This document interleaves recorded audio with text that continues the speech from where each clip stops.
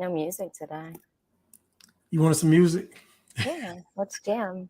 You want some music? Hold on. What's up, y'all? About to start with some music. Um, per Katie's request. Hey guys. Blanche, I was thinking of the funniest things like before coming to this live. You know how when you're like a little annoyed, you have like fake arguments, Yeah. right? And so I thought to myself, I was like, well, R. Kelly said, I believe I could fly, and nobody was upset. I don't know. I was just thinking of like the most random like things, no control. My brain was just having all of these funny moments. And then I started even just thinking about this song about how growing up, anybody that knew how to play the guitar or banjo or anything like that, like hanging out and people just like making up songs. And I guess very similar to like how you make up raps, it's just about what's going on around you. Mhm. And like I think that the people speaking on this song in particular are just like missing the mark that like white people or country people or whatever do that too. That's where like blues comes from, is just kind of complaining about what's going on. And Yeah. not all of it is real. Like, how many songs that are created that are not real to that person, but they might feel like that's where the mood of their audience is. And so, just kind of having all these thoughts. And I don't typically do current events and whatever, but I just am really taking a stand to say, like, I want to be part of like the counter narrative of this in the moment, as opposed to kind of let it pass by, because we're just not seeing like real or fair information anywhere. So I want to step up to the plate with you and tackle this. Hey guys.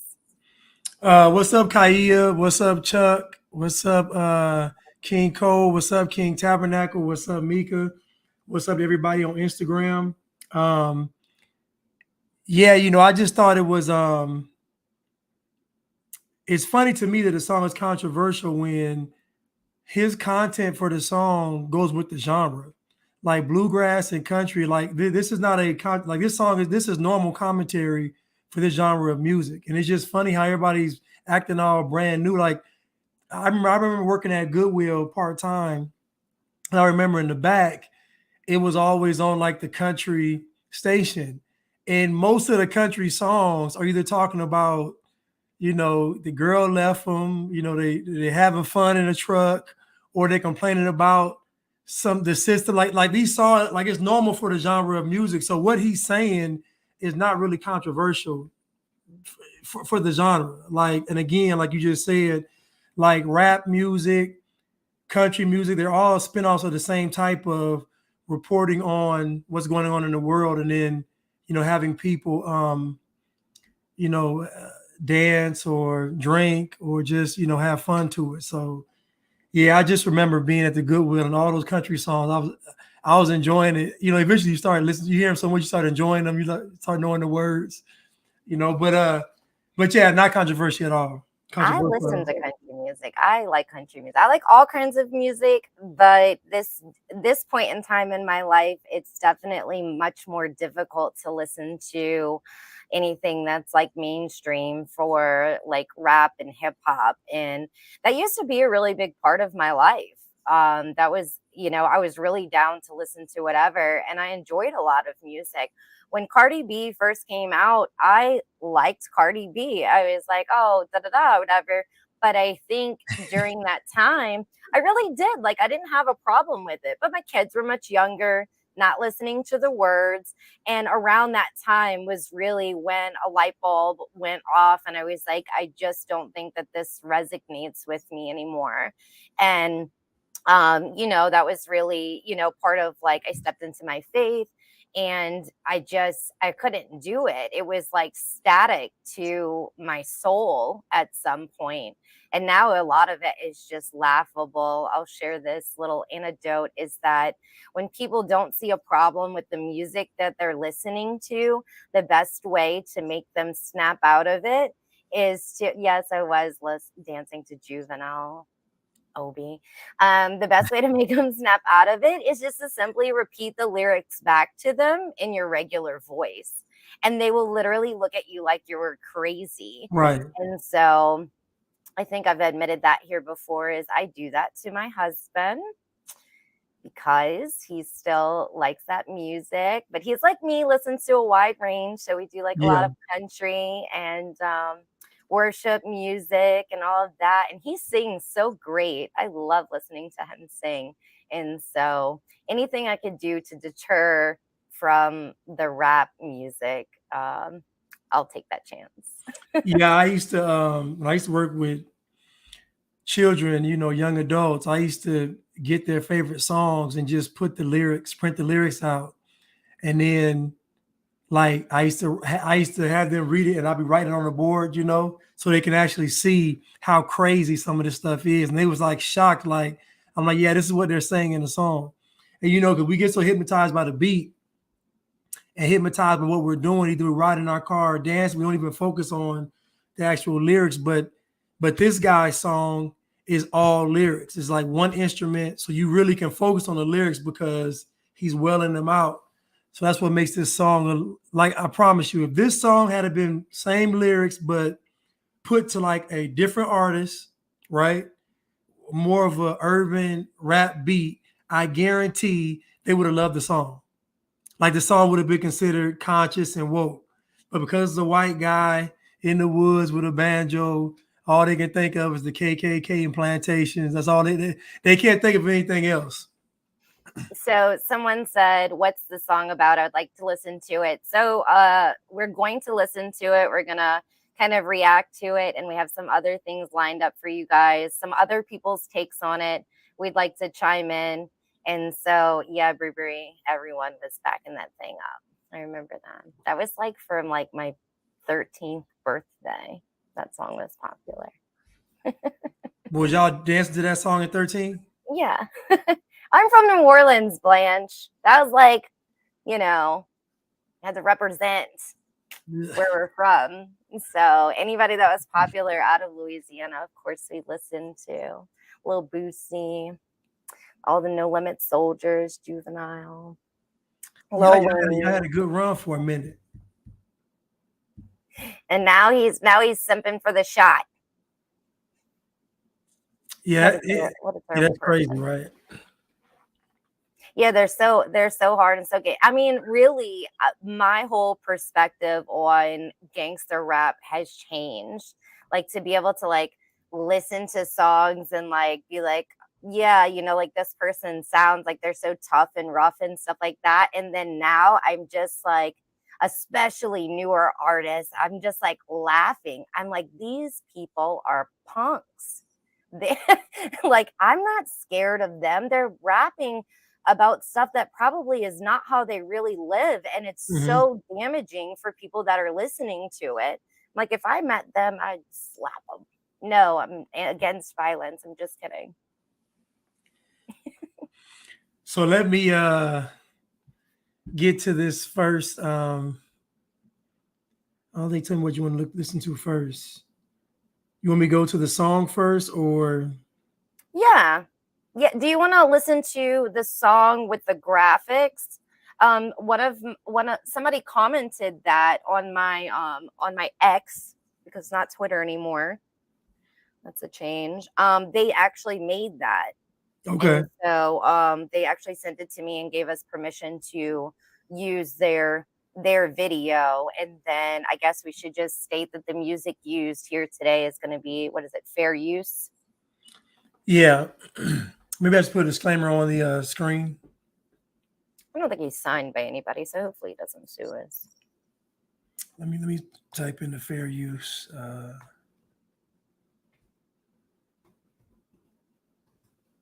Somebody said we need to be talking about Hawaii. So I agree.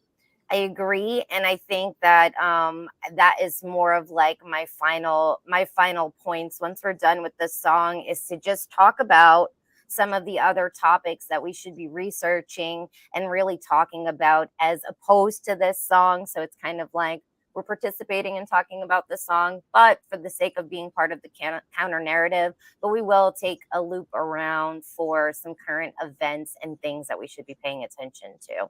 I think Blanchard's down for that, right, Blanche?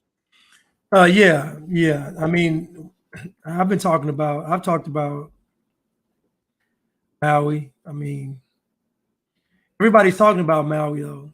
Um, I just heard the people talking about. I just heard the natives asking the governor to consider them. I'm like, why are y'all asking anything? Y'all should be like demanding. Like, I just don't. I don't know. That's But what this, they really should do, that is really get boisterous. But I know so many of these people have family members that have been, affected. It's kind of can be hard if that's not their normal way of life, to protest in the face of just being absolutely distraught. But the people do need to come together, and your voice matters when you do that. When you come yeah, together, you just have to be clear and concise about what the demands are. I know you talk about that a lot for, BLM having the stage, is that was a missed opportunity. And so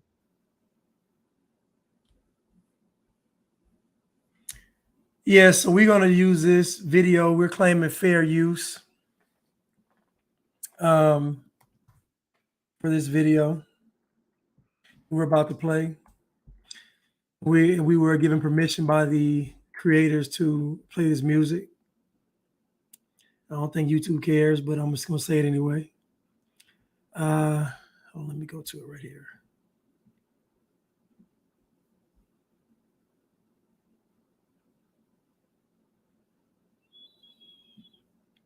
Here we go.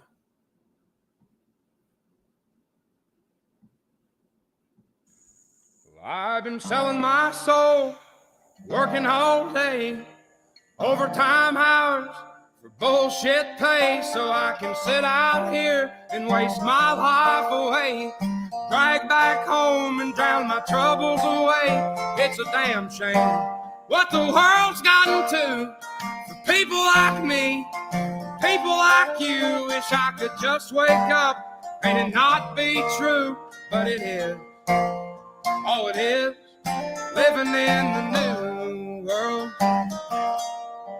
with an whole soul. These rich men north of Richmond, Lord knows they all just wanna have total control.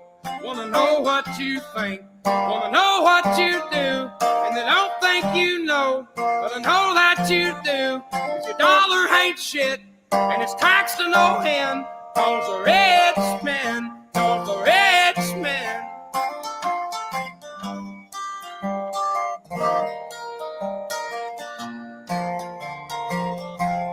I wish politicians look out for minors, and not just minors on an island somewhere. Lord, we got folks in the street, ain't got nothing to eat, and the obese milking welfare. God, if you're 5'3" and you're 300 pounds, taxes ought not to pay for your bags of fudge rounds. Young men are putting themselves 6 feet in the ground, 'cause all this damn country does is keep on kicking them down. Lord, it's a damn shame what the world's gotten to for people like me, people like you. Wish I could just wake up and it not be true, but it is. Oh, it is living in the new world with an whole soul. These rich men north of Richmond, Lord knows they all just wanna have total control. Wanna know what you think, wanna know what you do, and they don't think you know, but I know that you do. 'Cause your dollar ain't shit, and it's taxed to no end. Cause the rich men, north of Richmond.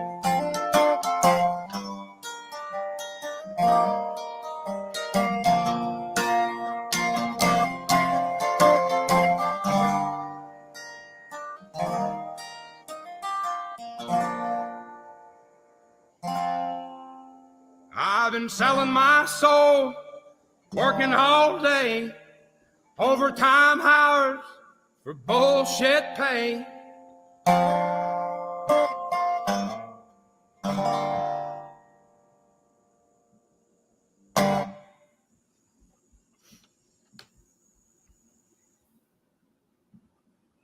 See the chat going off about no Christian speaks of selling their soul in any shape or fashion, and cussing isn't of God either. I agree.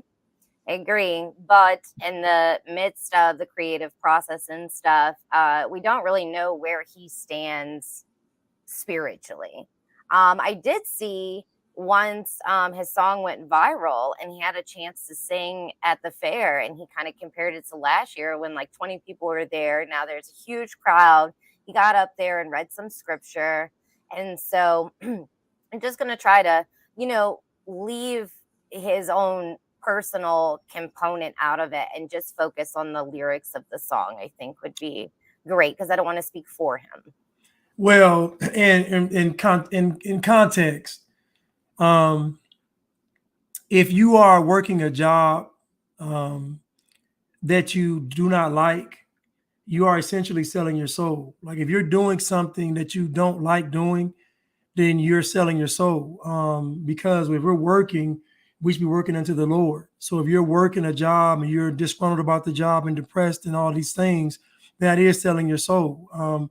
Because selling your soul doesn't have to be you going to Hollywood and getting on the couch or doing a blood sacrifice. People sell their souls every day. People take positions that they're in corporate America. People sell products they don't believe in. Like people sell their souls every day. So the selling the soul part goes beyond just what you see with the Illuminati and blood sacrifices. People sell their soul. That's why I say people go to Hollywood. They've already sold their soul before they get to Hollywood. Hollywood didn't make them sell their souls. They sold their soul all along the way, and then they got to where they could get a payoff for selling their soul. So again, I don't want to get caught up in semantics. And again, he's an artist, so he may not be speaking for himself. He can be speaking for people, and you gotta understand this is art. So imagine a person that's an artist and he's talking to people that live in his town or his family, and they're having these conversations. People are losing jobs, stuff is high. They say he lives on 90 acres. Farm equipment is higher, products are higher. So there's a lot of stuff going on around an artist for him to absorb and put into a song. So let's not just take everything so literal, because it is artistic interpretation. It's like a painting. All paintings aren't just literally what they're trying to convey a message. So I don't think this song is a distraction, but I just think that because if that's how we really all looked at music too, well, talking about, circling the block and shooting and he got what he deserved and blah blah blah, if that's the case, then these people should be convicted on murder charges, and we should all be deeply concerned and calling for investigation of people that sing about those things. So it's not all literal. The fact that this has only been out for like 10 or 11 days, like on the point of going viral, and it's number 1 on Spotify for the United States top 50, I think really is resonating with a lot of people. And so I would like to go over some of the lyrics. Well, I'm gonna just say this, Honeycut. Again, most people struggle with context because they're emotional.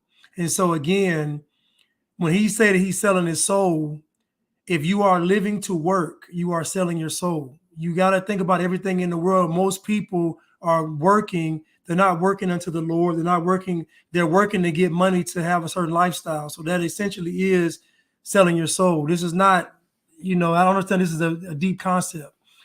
This is just an artist. And what's ironic to me is this guy is getting scrutinized for his lyrics, but these artists have been having crazy lyrics this whole time. Is Prince's Purple Rain? Is it really Purple Rain? Why is this guy's lyrics so controversial? I just don't understand. But again, to me, it's because the media has bombarded people so much with this nonsense to where if a white guy speaks about the system, speaks out against it, then all of a sudden now it's a distraction. It's this, that. No, the media has been really terrorizing us with propaganda for the past 7 years, nonstop about Trump for 4 years, and then nonstop for this madness for the past 3. So I don't know. But you want me to go to what video next? Do you want to go over some lyrics, or you want to go to the super awful takes and then we can counter it? It's up to you. Okay, we can go to the awful take. So I'll go to your awful take one, dumbest breakdown ever. No, Bree, but I'm sending it to them now. Oh, I saw this guy. You Yeah. did see him? Yes, I saw. No, I didn't know. Yeah, but I'm glad you got this version. And this is just a clip. This is from somebody I follow on X. And so, where's the group? I must have sent too many people messages. Hold on. I'm looking for your back chat. I think the moderator is, I think Katie's a moderator, and I think I have to go into the settings to make somebody a moderator.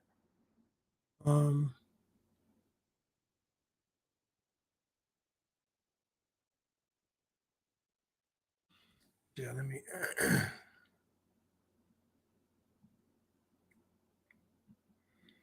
I mean, a Honeycutt can have, his or her opinion, but at the end of the day, it's just he's an artist. So I mean, I just don't understand why all of a sudden now artistry is not accepted. I mean, getting hung up on selling your soul as if it's not a metaphor. It's crazy, but I guess. So we can play this. Okay. Let me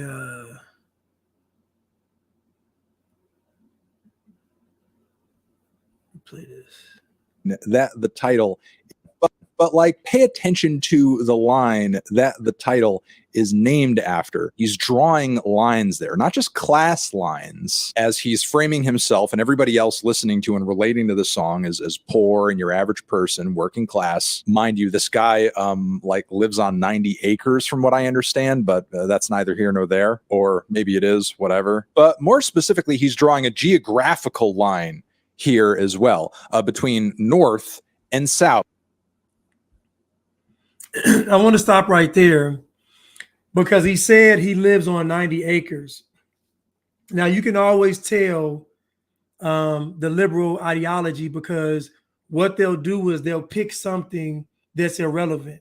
Like him living on 90 acres is irrelevant to him. Like it's funny how everybody is nitpicking this song, and it's all this music out there that's not getting nitpicked. Why is this song so controversial? And this goes with the genre. What he's saying in this song, you can find 1,000 songs like this, talking about the system, talking about the government, talking about how America's falling down. There's thousands upon thousands upon thousands of songs. I just told Katie that when I was working at Goodwill, part-time in the back, they was playing country music, and all of the songs are no different than rap songs, just on a different beat, different artists, different cadence. That's it. The content is pretty much the same. But again, why is this song so controversial? You want to say something, Katie? No, I just think that this was the worst take. I don't think it goes too much longer than this, so we can finish it up. But out of the few takes that I watched on this, I watched a beautiful reaction video that literally like kind of brought tears to my eyes, to be honest with you, because I just think that people hearing this for the first time that have been like struggling and like either like trying to wake people up or just trying to make it, like it's hard for most of us. Like we don't have to fake it. It's not social media faking it. It's life is really difficult for a lot of us right now, and we're not doing ourselves any service by pretending that we're all okay.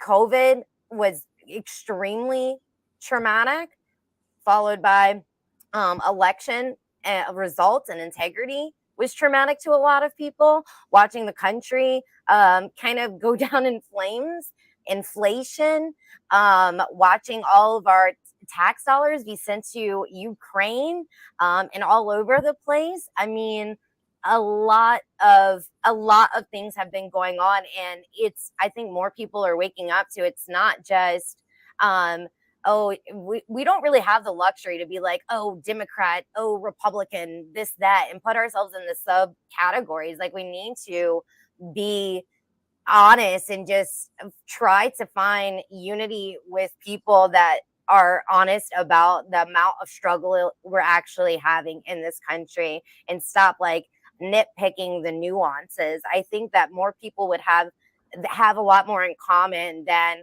the media or even social media would lead you to to believe, just by stating your opinion and having people attack you.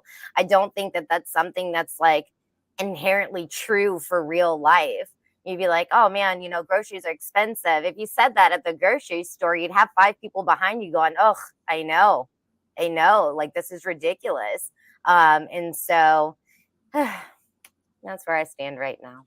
I have another dumb take too as well with this one. This other guy, I'm trying to see where he goes, because the other guy was pretty, bad too. But let's continue. Using Richmond, Virginia as that dividing line. With that, you can't ignore the elephant in the room. He's like bringing up old, bitter North-South ideological disconnections that go back to the Civil War era. Drawing this North-South line and claiming that it's those people from the North that want to control us and tell us what to do. There's a lot of really bad and toxic and often bigoted political baggage that comes with that North v South binary. And also on top of it, it literally has nothing to do with the economic struggles that he's singing about in the first portion of the song. Rich men north of Richmond are not the sole reason that you're struggling economically. It's the exploitative and solely profit-driven market system we currently live under, which is hurting everyone all over the country, regardless of what side of the Mason-Dixon line you land on.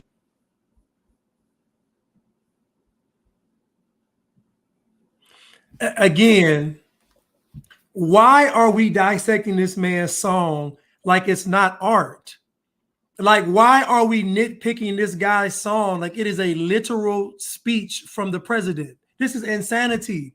People make songs all of the time. Again, is Under the Cherry Moon by Prince. Is the moon really a cherry? No.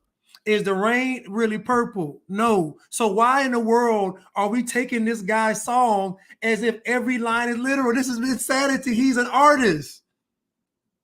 Come on, like this is how you know it's propaganda and BS. This is how you know. Come on, man. This is crazy. Did he also make a video about the East Side, West Side beef, the East Coast, West Coast beef? Right. That was terrible. So did you get a picture of the map?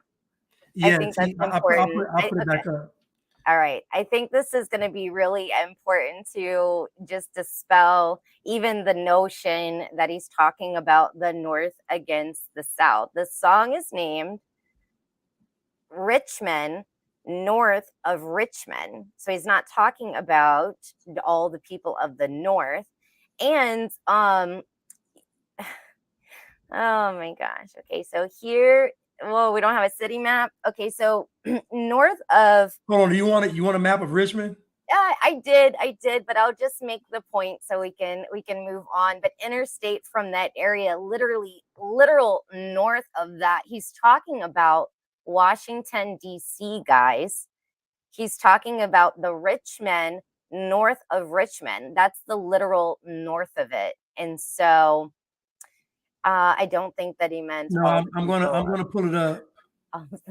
Of the North. It's not a North or South. And then nothing of this song is speaking against like citizen against citizen. It's people crying out because of this ruling class and agenda, this top 1%. So as you all I thought he did a great job with this play on words. So as you all can see on the map, there's Richmond, Virginia, and then you go straight up going north, Washington, D.C. But again, the fact that folks are nitpicking this song like it's not art lets you know how much people have been brainwashed by the media. Because again, in my opinion, the issue with the song is that it is a white guy complaining. And when white people complain about the quote unquote system, it means that they're not privileged. So to me, any white person complaining is going to send shockwaves through the media, because the media is mostly all liberal. And so if a white person is feeling disenfranchised, then they have to be, the term they use, another dog whistling to the white supremacists. Anytime a white person complains, they're considered racist because their life's supposed to be so great and wonderful. Again, that's propaganda and programming. He needs to be fired. Who? The guy with that really bad take. Oh, yeah. Well, but I can always tell when there's a guy that doesn't have a spine, because their takes are always, you can tell their takes are appealing to somebody. Like, it's not appealing to like a critical thinking. It's appealing to a group of soft blue-haired people somewhere that were crying to him about the song, and he just want to do a take on it. But probably his wife's probably liberal too, family is probably difficult. If he even has a wife. Let me go to another bad take. Let us know in the comments, what did you guys think about this song? I know you can't write a lot in the comments here on YouTube, but give us like a good song, bad song. It's racist. It's not racist. It's about American citizens. It's, what do you guys think? And also, how do you all feel about the profanity?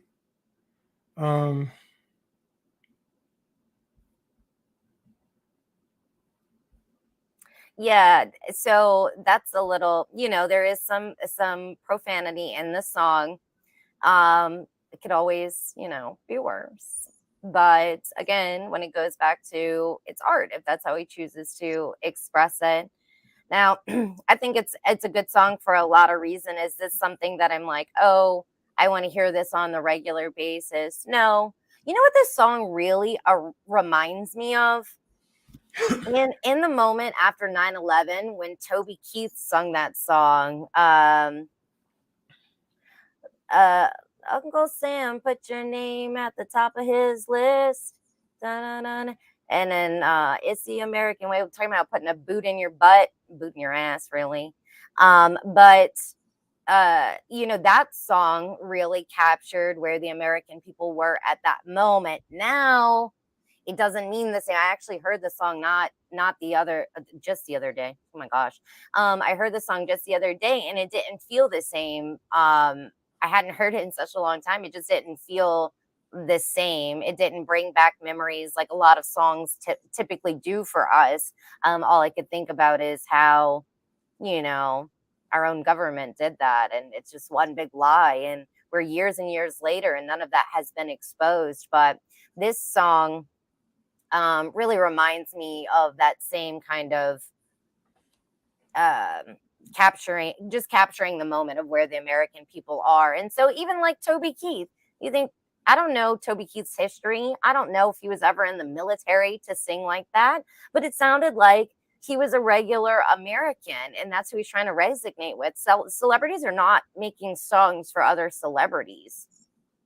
That's not how that works. Right. It's not their fan base. So, you know what song I'm talking about by Toby Keith? No. If it's country, then I'm not going, but, I'm going to say this about the profanity. So there's a difference between, and again, this is context, between using profanity and cursing someone out. I'm not saying that either one of them are good, but there is a difference between you saying blank and you going to someone cursing them out. There's two different things. And I'm not saying that one is good and one is bad. I'm just simply saying that intent does matter. But again, I feel like people are nitpicking this song because he's telling the truth and he's white. If anybody else makes this song, a rapper, another artist and with same lyrics. I'm telling you, blue hair, tattoos, piercings, it doesn't receive the same backlash. It's the imagery of what we're seeing. We're seeing what you perceive to be a country white guy in the woods, bluegrass, one instrument, wailing on there to complain. You're already in the mind that he's racist. You're already in the mind that he's a white right winger. So again, this song exposes how much propaganda folks have consumed and programming folks have consumed over the past 4 years. And again, any white person that's complaining, you're going to automatically make them right wing / Trump / racist. Anybody, if a white person is standing up for black people, then it's not. They're good. But if a white person talking about the system and as a whole, you say no because it means that they don't feel privileged. That's my take on it. Yeah, some of his other music is really funny, which is what brought me to the conclusion of like somebody just recording as they're like hanging out, strumming, their guitar or whatever this device is. It's like a guitar, banjo, whatever. And some of the things he was saying was like really just funny and not really well rehearsed. Like on his Spotify channel, one of the songs said something about people will eat bugs because they don't want to eat bacon. And he like just talked about like some of these other things that again I just think it's really relatable to the person that's kind of awake to the agenda. I thought was funny.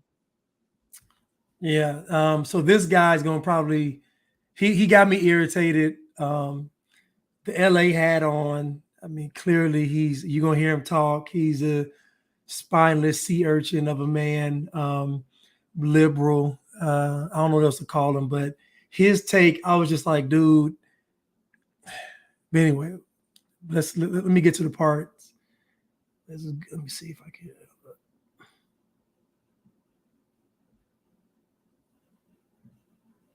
Familiar. National Review is like a very old school, like conservative magazine that's been around for a long time. This guy, he got a lot of heat for this, but I agree with this. This writer said, so he's quoting the lyrics here.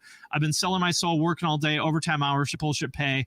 This guy says, my brother in Christ, you live in the United States of America in 2023. If you're a fit, able-bodied man and you're working overtime hours for bullshit pay, you need to find a new job. There's plenty of them out there, jobs that don't require college degree that offer good pay, especially in this tight labor market, and great benefits, especially if you're willing to get your hands dirty by doing things like joining the Navy, turning wrenches, fixing pumps, laying pipe, and 100 other jobs through which American men can still make a great living. If you're the type of guy who's willing to show up on time, every time, work hard while you're on the clock, and learn hard skills, there's a good paying job out there for you. Go find it, which was sort of my thought as well. And, typically in the past, conservatives have been more about kind of, right or wrong, whether you agree with it or not. I'm not here to debate that. But the message on the right has usually been more about pull yourself up by your bootstraps, don't cry, blah, blah, blah. In any case, I was kind of surprised by that. I'm kind of surprised by the fact that the people on the right. Why are you not investing in tax liens?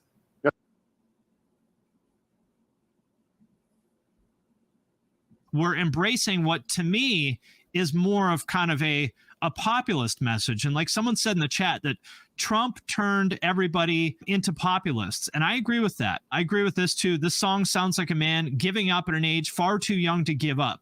That's exactly what I thought too. This to me felt like, for lack of a better word, kind of just whining.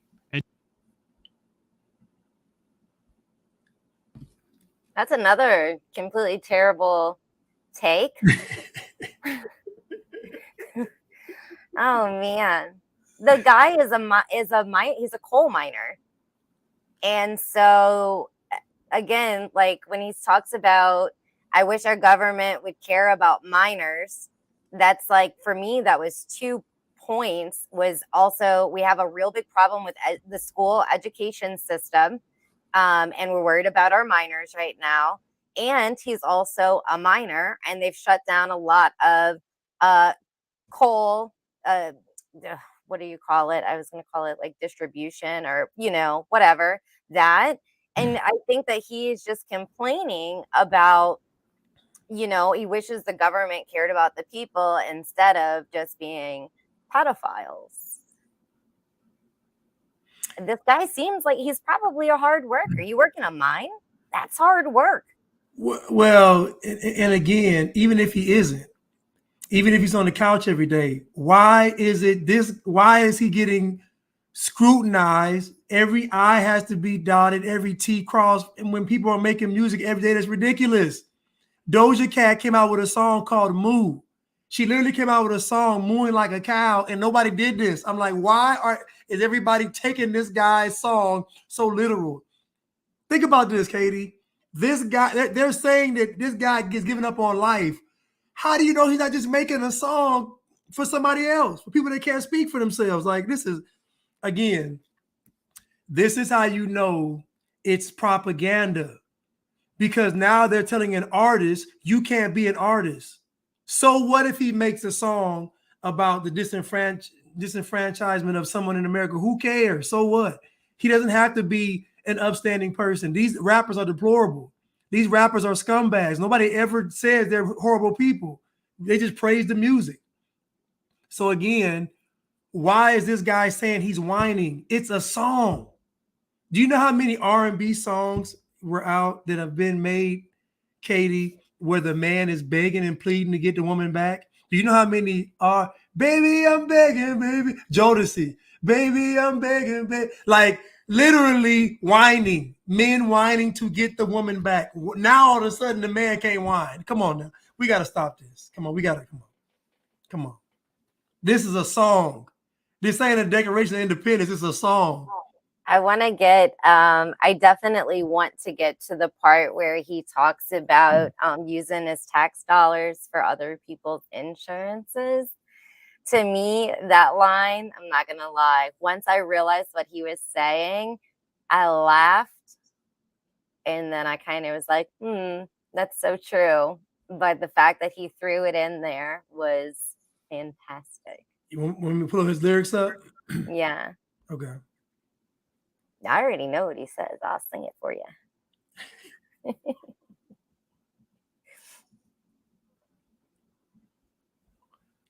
He lives in an RV. Okay, so he's winery. Just hey, Molly. Good point, Molly. I'm not listening to him because he uses profanity. God forbid I use profanity. So you want to read through all the lyrics or just go through to that part? Lance, I can't see that. Is that big enough on your screen for you to read? Well, I mean, I got access to the, let me see if hold on, let me find another one. Look at that guy getting injected. What's he getting? Plasma? He's giving his plasma away for $500. Let me try to find a bigger. I could probably pull it up on my phone, huh? Instead of being a pain in the butt to you. I should do that.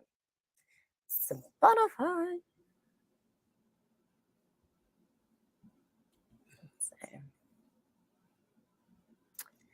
You gonna pull it up?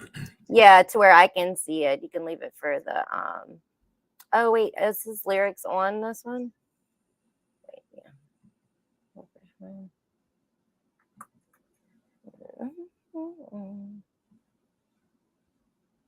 Oh, it doesn't say the lyrics on Spotify for me, but I know what he says. So he says, if you're 5'3" and 300 pounds, then my tax dollars ought not pay for your box of fudge rounds. How'd I do, guys? Was that pretty accurate? So you're on the part. Well, God, if you're 5'3" and you're 300 pounds, tax ought not to pay for your bags of fudge rounds. Young men are putting themselves 6 feet in the ground because all this darn country does is keep on kicking them down. Mm-hmm. Yeah. I really liked when he said, once I got what he said, I was like, that was really creative to put that in there. And so one of his Instagram posts is like the fudge round. Those things are kind of yummy. I can't lie. But I am 5'3", but I'm not 300 pounds. Chef Molly says that he lives in an RV that he bought for $750 on Craigslist. I don't know if he's whining or just telling about his experience of his life. Yeah, I mean, at the end of the day, he's an artist. So he could be talking from personal experience, experience from friends and families, observation, or all the above. Like, he's an artist. I just don't understand how, and what they're trying to do is they're trying to streamline artistry to not talk about really what's going on in the world. And to me, this is a tactic by the liberal media to keep folks from just telling the truth, because the song obviously resonates for a reason, because people know it's true. I know. Everybody knows. I like Mika. She said he can't be an artist, but a boy can be a girl, and vice versa. That's my favorite thing to say for anyone's problem when they complain about like literally anything. I'm like, guys, men think that they're actual women, and there's a large population going, that's true. Right. We have a lot of problems right now. That's one of my favorite things to point to is men can put on a dress and be a woman. Man, I feel like a woman. I thought they were going to cancel that song too. That's from Shania Twain, another country music artist. Yeah. That was from back in the day, though. Like they complained about Aretha Franklin's song, "Natural Woman." Yeah. That song has become controversial, but again, songs have metaphors, similes, and all this other stuff. So everybody dissecting this guy's song as if it's a literal take it just exposes how they know it's true. People are feeling so, I guess, afraid and shocked because they don't want the radio, they don't want the airwaves dominated by actual content and music. Right. You know, like how it was back in, I guess, the 70s, where people were trying to get kind of conscious in the music. I like that Kevin brought up Jason Aldean's song too. So try that in a small town. For me, that song was okay. Again, not something that I want to listen to on a regular basis. I felt like it was kind of that same context as like he's speaking specifically to an audience, capturing where his fans are as Americans. And it had a purpose behind it. But you know, and it's so funny that I think this song snuck up on them and they're going to try to do it again. But everybody is like over it with the Jason Aldean song. You saw people of all walks of life come out in droves to just be like, it's just a song and it's true. And if you don't like it, don't listen to it. But what we're not going to do is like demonize him. And then you have the really, I will just say maybe like, hardcore, like conservative or Christian or whatever, people that try not to seem so based, is to say, to talk about Jason Aldean's past and things that, he's done and said and things like that. But I think at the end of the day, it's not really relevant. Are we judging the song or are we judging the person? Because if we're going to start judging people as a society, I can think of about probably 500,000 people that we should put above Oliver Anthony and Jason Aldean. So is that what we're doing or we're not? Are we condemning people publicly or are we not? Are we condemning celebrities for their bad behavior and distasteful music or are we not? Because I know that there's a whole list of Cardi B songs and even Beyonce. There's just so many people that we could go down the list and demonize them for their lyrics and take it very literally, or we can condemn them as people. But that doesn't happen. That's not going to happen. It's only going to happen to a specific niche people that are trying to share their art and resonate with people. And I think they're really terrified that Jason Aldean's song did so well and that this song is doing so well, because it's the more things that happen like this, the harder it is for them to keep the lie that we're all divided, we all hate each other, white people are racist, whatever it is they're trying to tell you. I don't even know if they have a new lie yet. So I don't really like watch the news, but just know if it's on TV, it's not true. And if it's on the internet, it's also probably not true. So Okay, I just want to acknowledge some super stickers. Thank you, Cruise Missile, for the super sticker. It's greatly appreciated. Thank you, Jahan, for the super sticker. It's greatly appreciated. Thank you so much.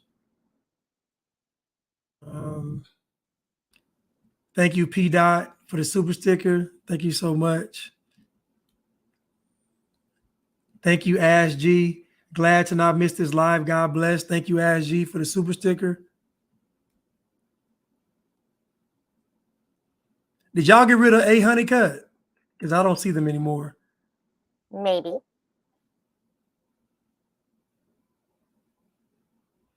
Okay, that should be it. Okay, thank you. But it kind of reminds me of the same thing, Katie, where like when it came time to hold Joe Biden accountable, it's both parties are bad. Like nobody could just say, no, Joe, this is all Joe Biden right here. We're gonna focus on him. Everybody had to say, no, they all bad. And to me, it's kind of like that same kind of cop out. When this song comes out, you start adding all this other stuff to it to make this to try to make the song worse. Like with Biden, they wanted to lessen the blow, so they tell you that, well, it's not just Biden, it's Trump too. But when this song comes out, oh, it's right wing, he's racist, he's dog whistling, it's just all this stuff. At the end of the day, this bluegrass genre of music, country music, there's thousands of songs like this song is not. You just know it's propaganda, Katie. That's all I'm saying. Like we know it's propaganda. We know it's propaganda. So Kevin brought up Bryson, and I know we kind of briefly touched on Bryson prior to coming on here. You know, he doesn't like the song because there's cursing in it, which is like to each their own. But am I mistaken? Didn't he rap on the Let's Go Brandon song? Yeah. Well, you know that they're not really saying Let's Go Brandon. Right. And that's why when I went on this page, he said it wasn't the same, but it is the same because the intent's the same. Right. So that's funny. Yeah. He said no. He got upset. He's like, no, it's not. But I'm like, the intent. Let's Go Brandon is like that like a movie being on TV, and they slide that in instead of saying blank blank blank. Let's Go Brandon, knowing good and well is a substitute for that term. But again, you know, some people are so, I guess, holy that they can't even see the nuance and context of anything. But yeah, that's a great point. Let's Go Brandon is the same as the profanity part. Yeah, I agree. I think I really like. I personally don't have a huge problem with curse words or swear words or whatever you have to say. Like I know that, you know, as believers are not supposed to use them. And so, but as far as like judging an individual person because they use shit or poop, it's like to me it's the same. It's just really how you use it. Like it'd be a lot different if I was cursing you out, if I was telling you you're effing this and effing that and blah blah blah. That to me is using it like in a poor context, and you shouldn't speak to people that way at all. But if you hit the curb and you get a flat tire, you might have an effing flat tire. It's just an expressive word. I think it just really means what you mean behind it. And I'm sure some people in the chat are not really going to agree with me, and that's okay. But at the end of the day, it's all words matter how you use it. Like, what does it matter if I call you stupid or if I call you ignorant? Like, is one better than the other if they still mean the same thing? Yeah, what's your intent behind it? Mm-hmm. And I think when it comes to a lot of people, they don't never consider consent intent. And so they think that if a person just says something, there has to be intent behind what they're saying. So if I stub my toe in the corner of the bed and I say, versus me saying that you are, then it's two different intents. But nobody wants to acknowledge that. Nobody wants to do that. Everybody wants to just, you know, be on the surface. But let's go to, you asked some more I had some videos too. Let me go to the Bible one where he's reading the Bible. Okay, good.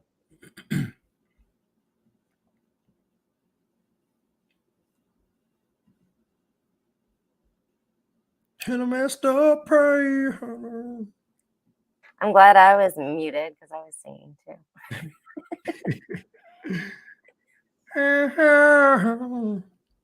Yeah, he gets it. Here we go.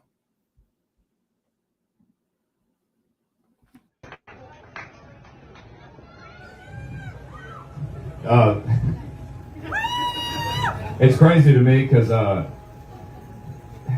I remember back in June I played here for about 20 people, and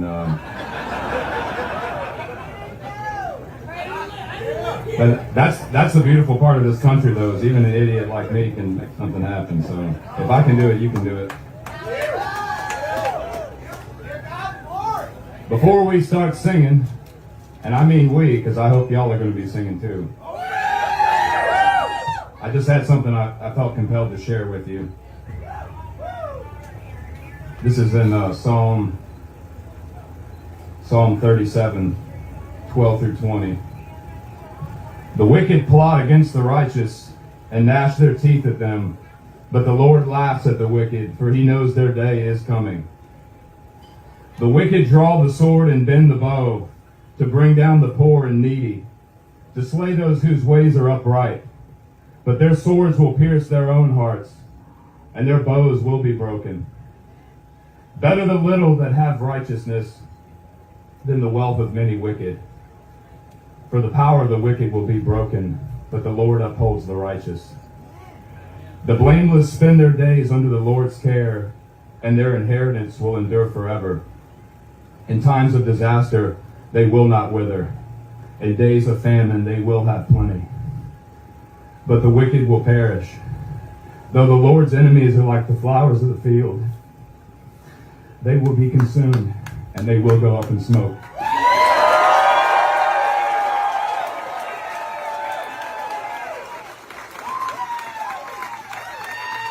Hey, that sounded like you were struggling to get through that. Like you got a little choked up at the end. Yeah. Yeah, the word will do that to you. And he mentioned before it was 20 people, and as you look at the crowd, as the camera pans, it's a lot of people, way more than 20. But again, he's even highlighting how the controversy got y'all here, not even my music. Like, you know what I mean, Katie? It's like, y'all not really appreciating this artistry. It's just that this is the guy that's sensational right now, so let's go see him. And that's sad too, because his music should have been respected and admired before the troglodytes got a hold to it. Yeah. But again, I listened to his channel for a little while. I don't think that he had really anything that was probably worthy of going viral, to be honest. And like I said, a lot of it sounded like I think he's redoing a lot of it now. I'm sure he has some kind of like studio access now, especially because like he created that video, so maybe he did some other ones. But some of this stuff just sounds like he was, because anybody could put anything on Spotify, that he's just kind of strumming along and just, you know, making up things as they go, which is part of the creative process. Not everybody puts that online, but he did. And so you know, I think this is a good moment for him. I think it's a little bit of like being like the sacrificial lamb, though, because he's the one that's going to get pummeled for it and scrutinized and demonized for it, for him just putting out something that was, you know, on his heart or in his mind, something that he created.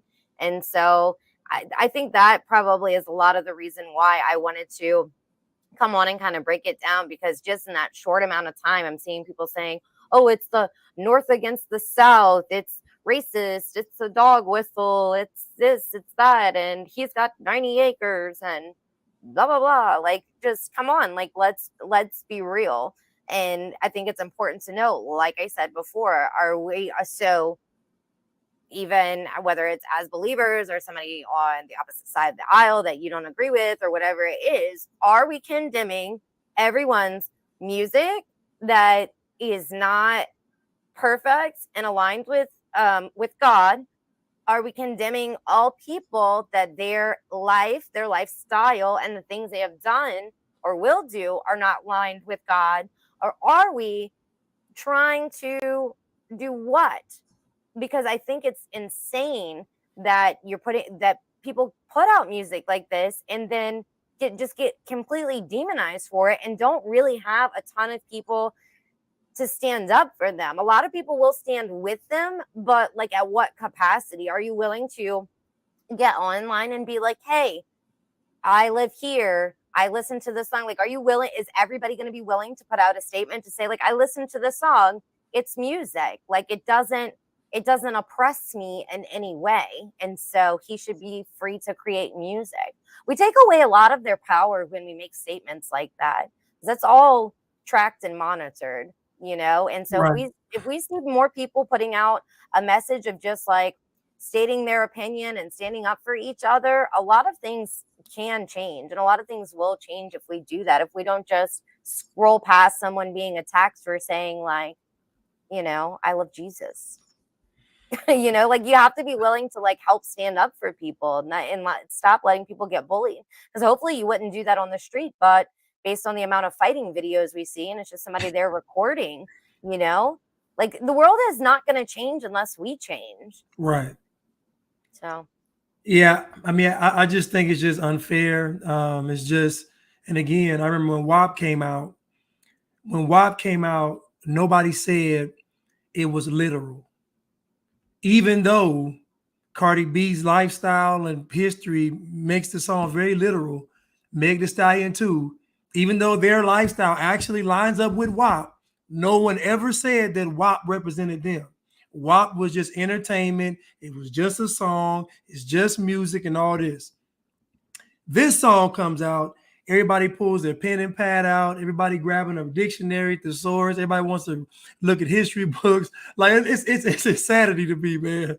I'm like, it's crazy, but it's like that because he's telling the truth.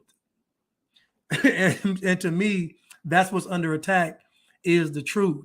The fact that, again, white guy, I'm gonna say it again, white guy complaining about the system is a no-no because it takes away the narrative of white privilege. So if I'm feeling disenfranchised by the system, then that means I couldn't be sharing in white privilege. So you have to snuff out this kind of message. Even the small town song shows community. Like, it shows that it's not about race, it's about small town values and community. Same thing. Racist. So really what they really want, Katie, is for white people to just sit in the corner and just be quiet and let them just wreak havoc on the world. That's really yeah, what they want, in my opinion. yeah, Just no, they do. They want to sit down and shut up. Sit down, shut up. That's the boat situation. I'm like, buying all these chairs, y'all just need to use them to sit down. Like, stop all this foolishness. There's a lot of people that spoke out against that too, but then the amount of people that were like really not just like making fun of it, but like championing, I can't say that word, championing it yeah. online. A lot of these things to me are really just kind of like disturbing. It's unfortunate. It's unfortunate that people would rather be propelled by like hate than choosing any other alternative.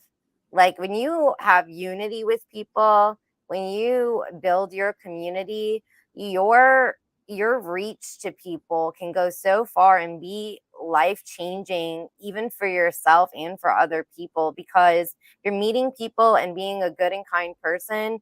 You never know what opportunity is going to come to you, because now you're connected with just one more person, as opposed to just shutting everybody off because of either they're this color, or instead of going outside to meet your neighbors or gather or anything like that, whether it's church or whatever other event, you'd rather be, kind of sucked into the black hole.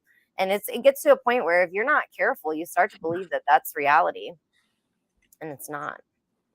And also, Katie, the more they try to like silence the truth and I guess go against conservative values, the more you make that the counterculture. So now you make this kind of stuff the rebellious. Like before, all this liberal stuff was quote unquote rebelling against society, but now it's the norm. So the more you try to shun the other side, you make that the side people want to gravitate to rebel against the system. You think about it. Look at his song, right? Is him and what's that? A band? It's not a banjo. What is it? I Whatever. don't know. Maybe somebody in the chat could tell us. It's Yeah, some kind of guitar. what kind of Maybe guitar is it's an that? electric banjo.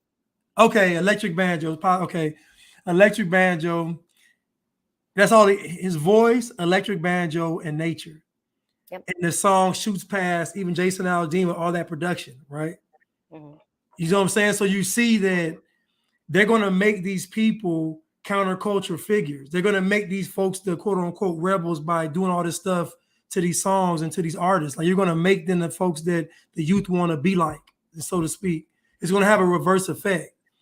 I guess kind of like how the left side propelled to the top because everybody was saying, don't do that, don't dye your hair, don't get tattoos, don't get piercings, don't be gay, don't be all that kind of propelled them to the top with counterculture. But yeah.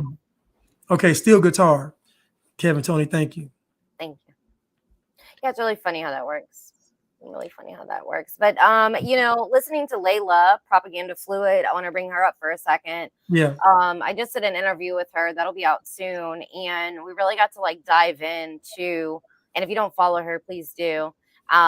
She's really funny, but just talking about like how we articulate our arguments and how we speak out against certain things is really important. So I'm looking forward to kind of going through that and dissecting it to get some better notes from it of what she was actually saying, in the moment when you're interviewing.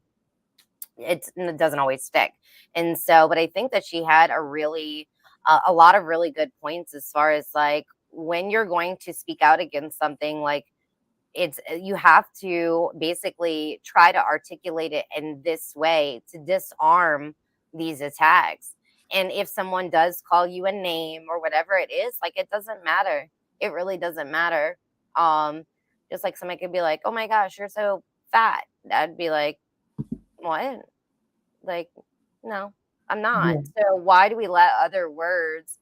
I mean, I get it. Like, it's really intense. So I was in a chat the other day, a Twitter space, and somebody, they were talking about reparations, and someone came up to the chat and was just saying, just busted in like, you guys are all racist and da da da da da or whatever. And then a little while later, she really changed her tone and calmed down, but she was really in her feelings. She admitted that, and she eventually like apologized. But I'm like, man, that's intense for someone to just barge into a room and use language that is really so harmful. I don't think that a lot of people that use those words understand the gravity that they're having on someone else. It would be the same. Like, I think calling everyone racist is the same as like the left would probably say like fat shaming is, like, and I don't believe in fat shaming either. I really don't, or whatever. I know that's their language. So whatever, but I don't feel like I never was like saw somebody being ridiculed for being overweight and stuff like that and been like, yeah, you tell her. Like, I don't think that's healthy either. Yeah. So I think there's just really a lot of like misunderstanding because we've been so bad at our messaging for a long time that, the majority of people are not inherently racist. No one's racist just because they're white. And then, then now there's the brown people such as yourself. You're racist. You're definitely racist, Blanchard. Internalized racism. Right. And the things they say, like, you have thick skin. You really do. To be able to kind of like put up with these things, and you just take it and spin it around. And that's really, I admire that about you. But there's so many people that just try to say one or two things on a topic and really get beat down. The guy that I was in a chat with was so funny because he was actually for reparations. He was like the one person on the panel that was for reparations, but really got himself into some hot water by some of the things he was saying, because he's like a financial planner, advisor, whatever. And so he was just trying to talk about being able to educate on finances for that. And the people that were pro reparations ate him alive. And I just really thought, for a moment, I kind of laughed, and I'm like, that's kind of what you get for trying to be on someone's side, just because you think that's what makes you a good person, Right. and they're eating you alive. But then when they were like literally eating him alive, I was like, I really feel bad, because no one should be treated this way by just trying to have a conversation to get to a middle ground. So I think that when it comes to the term fat shaming, just for example, okay, so fat shaming, the term came out of folks rejecting them promoting obesity as a lifestyle. Like to me, there have been fat folks the whole time since we've been probably on the planet, right? Nobody really cared. People only cared about fat people when they were, excuse me, what's the correct term? wait, what's the newest one about high calorie Yeah. intakers? Oh yeah. High, what is it? High caloric intake. What is it? Yes, talking about, oh my gosh, the girls that were like, I don't know, set the elevator on fire or something. I was like, Okay, that's so the high caloric intakers, it wasn't really a thing until the media started pushing it, saying, you know, be big is beautiful, be bold, be like, it doesn't matter how you look. I remember Cosmo did a cover spread where they had "This is healthy." It had a bunch of obese women on there. It is like all that makes people say, no, enough's enough. Even Lizzo is the poster child for cholesterol and diabetes. But even Lizzo she like promotes.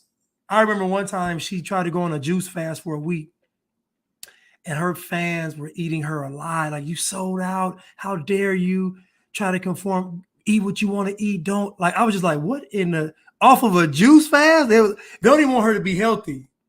And then I see one video and she's sitting there eating a pound of spaghetti. I'm like, Lizzo, come on. But anyway, but again, I think the fat shaming term was a counteraction term to, and the left is good. The left is good at the terms: systemic racism, white privilege, white supremacy, internalized racism, microaggressions. These terms, they hit you. You can't even, you like block, and you can't even, you can't react.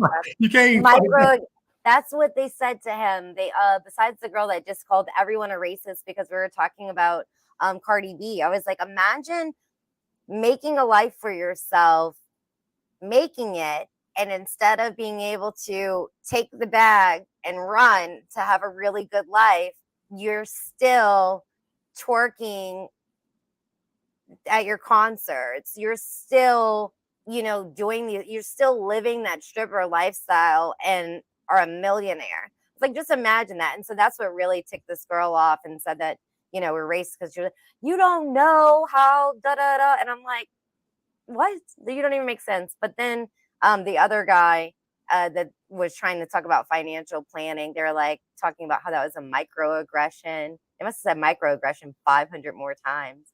And so the next day, by that point, I was brainwashed. So the next day, everything that happened, I was like, microaggression.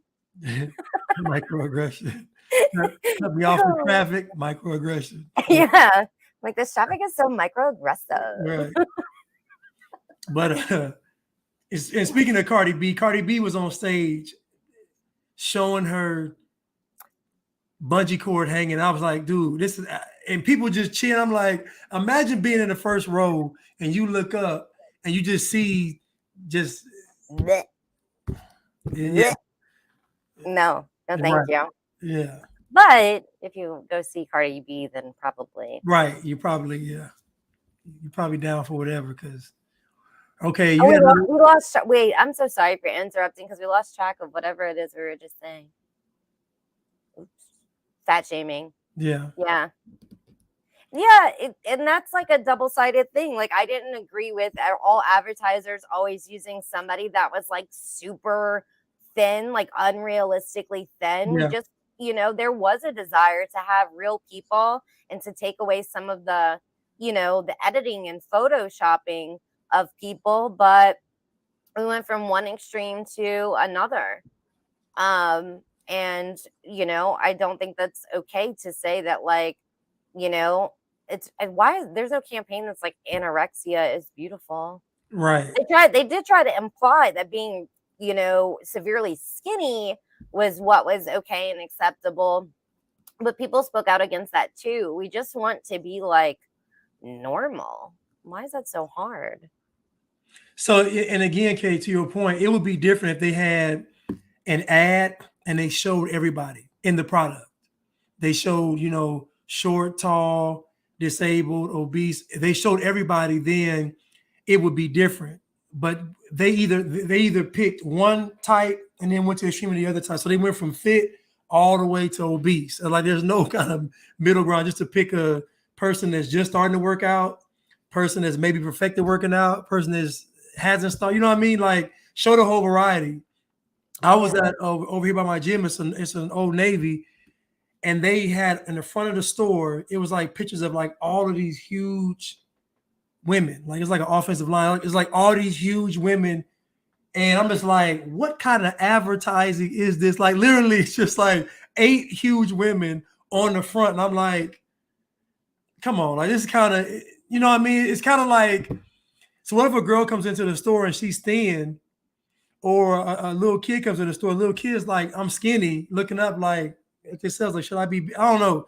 So they should show a variety, Yeah. or just stick to the They're, mannequin. they're contributing. What they want is more body dysmorphia. Yeah. And so, because plastic surgery, oh, I saw an advertisement for plastic surgery yesterday when I was with my daughter. It said it was just like this portion of a woman. You couldn't see her whole face, but just like the neck with like the breast on like an LED board. I don't know what regular people call it, but it's an LED board. And it said confidence is the new beauty.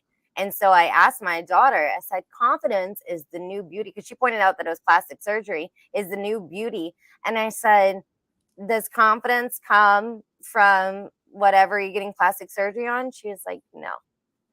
Confidence is being sure of yourself, and it comes from the inside, not the outside. And I was really proud of her. I was really proud of her because I'm going to be honest, my little one, she likes makeup. She likes press on nails. She just cut her own hair before the first day of school. It's a battle. And I worry about some Without of your those. permission? Oh, absolutely. She's 9. She just cut her hair. She just cut it. She cut her bangs. She made curtain bangs. She did a good job. She did get in trouble for it. I did fuss at her, but at the end of the day, I have to be honest. She did a good job. Not like the first time she cut her hair when she was 6. That was terrible. She cut her bangs like this close to her head. But this time, she watches a lot of YouTube, beauty, hair, makeup, stuff like that. I can't really kind of like stop That might be her lane, though, you know, to do like it really is. She loves doing hair. She's been like braiding hair since she was like 6. You know, I mean, enjoying her own hair and all of that stuff. And some people are just more geared towards that. So I don't want to, you know, I was very like creatively oppressed as a kid too. My parents always wanted me to do things their way instead of. So I'm trying to like find a balance between what's right and what's wrong. But so I think that's why it was important for me that she knew that, because she is really into, you know, all these other things, the makeup and all of that. Just important for her to know that like beauty is on the inside. And the best thing we can do is, I don't think that media or advertising or a mass majority of people are really going to change. And so I'll go back to what I always say is like, sharpen up your children. Anytime you have contact with, you know, the ability to impact other children or other families, do your best to be a good example as much as you can, because that's what matters, not the people on the idiot box. Right. What did Kevin say? Let me go to. So you had alternatively funny comparison, or do you want collaborations? I'm sorry, what did you say? You have collaborations, or alternatively. Oh, oh, Kevin asked for us to play something in alternative, so I did, yeah, play that one. And I was, this is the girl with no lips. I'm sorry, forgive me. This is the one she became viral for. Oh, period. Mm-hmm. I'm not playing with this one. I'm the queen of STL. By my lashes, by my nails. And your man's in my DMs, he telling me I'm fine as hell. Yeah, you know I'm fine as hell. Pretty girl, he treat me well. Buy me purses, buy me bells. Spend some money on me, ayy. We're Barbie.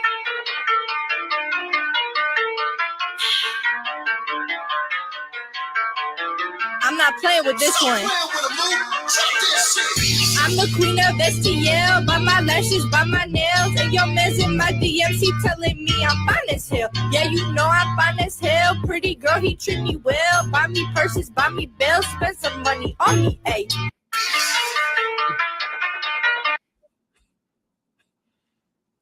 So I picked her and said, why am I not wrong? Not wrong for that one. Okay, so I picked her because she is someone that has also gone viral. I felt like this was a pretty relative comparison. Instead of picking a big celebrity, I picked somebody else that has, like, let's do equal opportunity to go viral.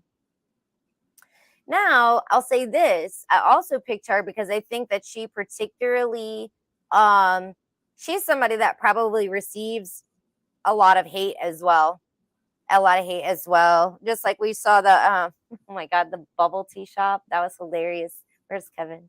But I think that she probably receives a lot of hate too. I think there's a lot of people that are willing to, that will stand up for her and stand up against her. I mean, she wouldn't have gone viral if there wasn't enough people that liked her.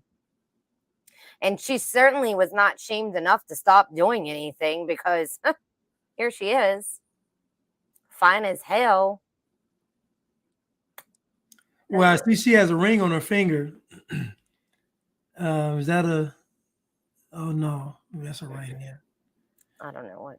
But I'll say this: she'd only get scrutinized because she's white. I mean, they'd only say she was quote unquote stealing from black culture. That'd be probably her only criticism. But again, nobody's dissecting her lyrics. What she's saying is just entertainment. She can say this. She says she's fine, but nobody's going through what she's saying with a fine-tooth comb, because they know it's just entertainment. The other guy speaking, they know it's the truth, and so it's met with a whole different kind of resistance. They accuse a man of starting a civil war again. Like the dude said, divide. Like, it's just insanity to me. I just have a problem with taking this guy's song literal, even though it is literal, but you taking it literal and allowing other people to have their songs be artistic expression. I just got a problem with it. And she doesn't have any lips. No, she has no limbs. And I don't think the orange eyelashes really suit her either. No, her top lip is gone. It is. How does she eat? How does she? You see how when she stops it, she points it out. She points at it?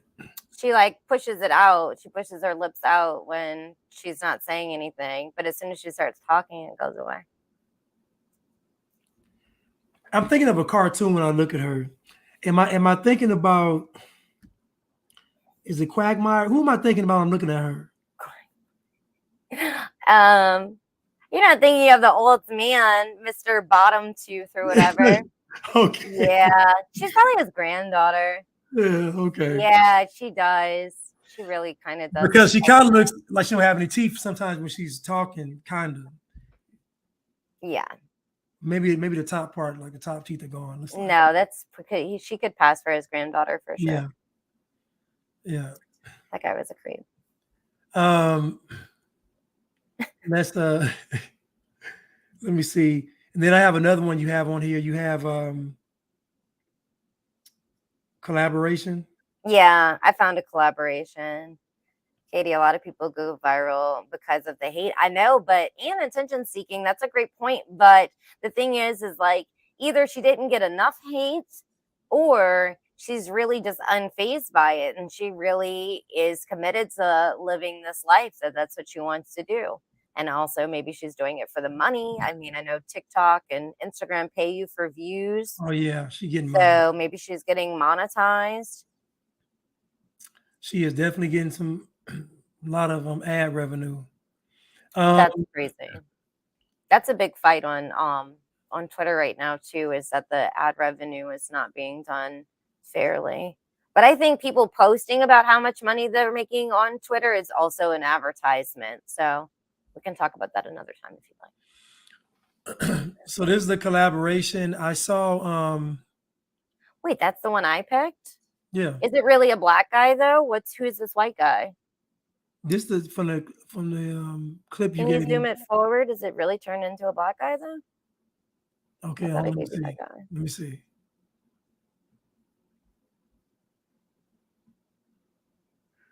Oh no, it's just a white guy. Okay. Well, I wonder what happened to the other one. Did I reshare? Oh, well, hold on, because I reshared it this morning, so I should still have it. You could play this one, but Okay. just know that I didn't pre-approve this one, so if it's terrible, don't blame me. But I do like that so many people will do it.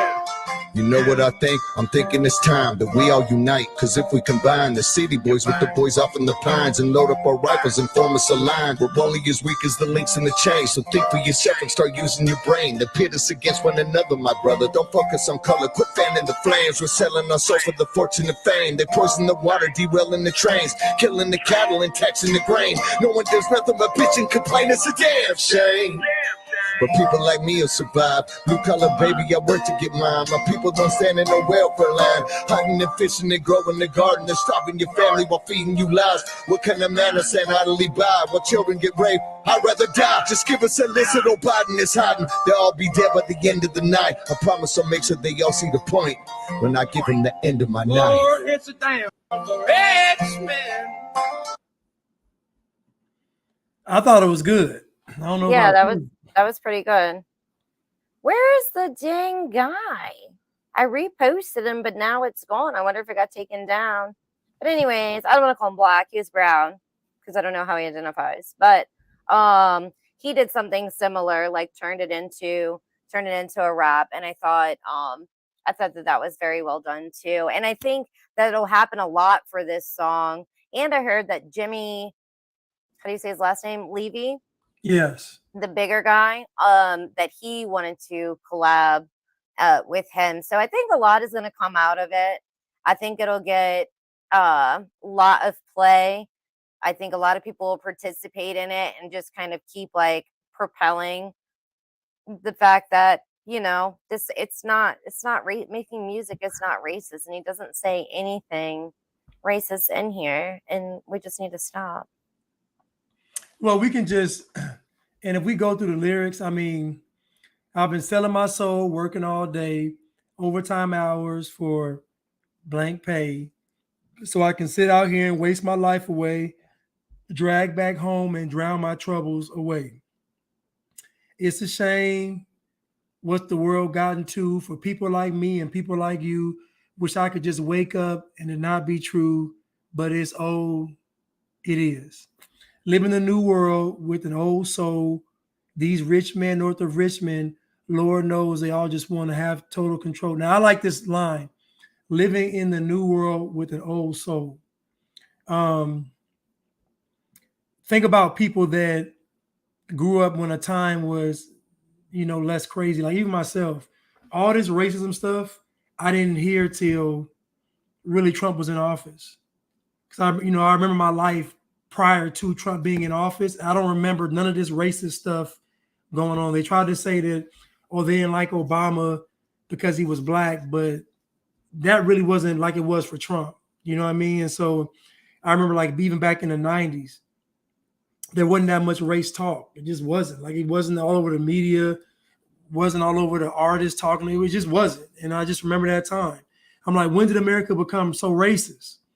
Like now, I saw a clip of Harry Belafonte that Chad played one time. Harry Belafonte said it was worse now than it was when in the 50s and 60s. I was like, huh? So what you're really saying is it wasn't that bad back then? I don't know. Yeah. No, I agree. And I think it's just because of access to the information. And do I think that that's real world? No, I think that people are becoming victims of the narrative and propaganda because of what they see online. Ian just asked, Blanche, did you see that girl going crazy in the bubble tea shop that says she's stealing black culture because they have a tea called trap tea? Yes. I don't know if I sent it to Blanche. I don't know if you watched it yet, but me and Kevin already was cracking up about it. Hold on. There's a young lady. Hold up. Trap tea. Let me see. Yeah, I sent it in our group in the Instagram chat. Me and Kevin were talking about it. Kevin made a great comment. I would never, but publicly. So this says woman accuses Asians of selling black culture for selling boba tea. Yeah. You know what boba tea is? No. Oh. Is it because you're brown? Probably. So, but what's really funny is that boba tea is Asian. So, it's those little, you've probably seen a bubble tea shop. You never seen a bubble tea shop? It's the tea, it either comes like iced or frozen. And they'll have like the little black circular things inside of it. They're tapioca, so they're like gummy. But they have all different kinds of tapioca. They have like the jellies, they have the bursting boba, all different kind of variations. Some people use real fruit to make the tea, other people use powders, but it's popular Vietnamese drink, I believe. So she goes in there and yeah, she goes in there and she asks if the business is black owned. what? Yeah, she said, "Is this a black owned business?" You have to watch the video. And he's like, "No." And then she starts screaming at him about stealing, like about the ad, how they use the trap house, and they're the main plug for the boba tea. And she said that they were stealing her culture. So a trap house is where they sell drugs. So is selling drugs out of a house black culture? That's according to her argument, yes. But let's back it up a little bit. I want you to watch the video, but put yourself in a place where you wake up and you scroll on the internet and you see that and you make the literal decision to leave your house with the intent to go question a bubble tea shop about this. Prepared, you know, she was looking for a fight. Prepared to have an argument. You reasoned with yourself that saying trap tea and being the boba plug was stealing your culture. I think can we even put ourselves in that own mind frame? Well, you'd have to be very entitled and privileged to even go question a business owner in the first place. Like to even walk up in an establishment and start questioning them as if you are the authority on how they've invested all this time, energy, and money into a business, and here you come questioning them about their like this is why I talk about black privilege though, because under the guise of racism, black folks are able to have privilege. They can just walk. Think about it. You can go online and just say somebody's racist, do a whole video, and it could all be a lie, and that person's livelihood is in jeopardy. To me, that's privilege. You know, we've never seen like a white person never been able to get me fired. If that makes sense. A white person can't just say, I want Blanche to get fired, fire him. That never happened to me. But a black person can literally say that person is racist and they possibly could get fired. Yeah, that's what I said. Like people that use these words don't understand, or maybe they do understand the gravity of the situation. But the fact that you're okay with just ruining someone's life based on an emotional response and probably something that's fabricated is absolutely ridiculous. When did we become so willing to just destroy each other? I think is really something that needs to be examined. What's wrong with our heads that we not only allow it to happen, but we participate in this kind of society is really disturbing. But I also wanted to point out, and I'm not going to make any friends by this, but had it been a Black owned boba tea shop, they would have been stealing Asian culture. I kind of want to see the video, but Play it. You want me to resend it to you? can you send it to my email? Yeah, no problem. Yeah. So I really want to see it. Because Ian just said she ordered her tea before she went crazy. Oh my God. I don't have where it's that part is included. Which is insane. Like just the audacity to, because you want the tea, right? So you order the tea and then you get to lecture them. Like it's crazy. Okay, let's see. Okay, I'm gonna go on mute. You have to carry the conversation for a second. I'll email it to you. Yes, you all. Somebody says Rip Van Ass says that Eddie Murphy Raw or whatever the other show was, it was Delirious and Raw were the two major stand-ups. He says, "Ain't it great that racism is dead, y'all?" And goes into a little story. Obama began fanning the flames for the racism you see now. I agree. And again, I remember if you go back and look at the 80s, the 70s, and the 80s, even the 90s, well, 70s, 80s particularly, you saw black and white partying. Like you saw the disco era brought culture, people together, funk, brought people, like during that era, it was black and white partying at all of the spots. Studio 54, like that's all you saw. You saw all kind of celebs hugged up. You saw average people in these clubs hugged up. You saw white girls going out with black. We saw all this going on. And then we went from that to microaggressions. We went from that to, think about even the 70s. Everybody was trying to dress, trying to get afros, trying to have big hair, trying to have beard. Even white people. Like everybody was doing the same. Like it was not called cultural appropriation. It was just reflective of the time. When did that even start? The cultural appropriation where it's like, oh, someone speaking out against like somebody wearing braids or whatever. Like, I'm glad we didn't have social media when I was young, because I most certainly had cornrows. I had braids. You had braids? Yeah. You had like braid, like loose individual braids? Yeah. Yeah. I mean, I went to an all black, like predominantly black middle school and high school. And like the girls like loved doing my hair. Okay. And all of my friends, just like currently, they're all beautiful shades of brown, and it was never a problem. It was absolutely never a problem. I just can't imagine, like, if my daughter wanted a hairstyle like that, like me stopping her to be like, no, someone's going to attack you for this, or God forbid someone attack her for her choices. Like, how superficial is that to attack someone like based on those things? It's disgusting. It's disgusting because your hair is braided. You're not a good person because you have braids in your hair. You're racist. You're racist. You're culturally you're using white supremacy to take away our individuality. It's crazy. Somebody said, what school would you go to? Somebody asked. I'm from New Orleans. That's enough information. Oh. So she's from the 3rd Ward. Yeah. Calliope. Yeah.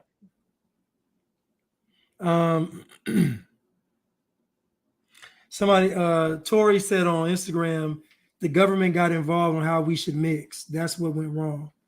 That probably is what happened. They've been involved though, like everything from like when everything was segregated, and then integration. Is that what it's called? Integration? I always feel like integration. Well, integration is government involvement. It is forcing y'all to mingle versus it happening naturally. Mm-hmm. Oh no, Madame says she's from New Orleans. What she asked, she's from NOLA too. Oh, okay. I don't think Katie wants to share. No, I don't Yeah. think so. But just know, I love you.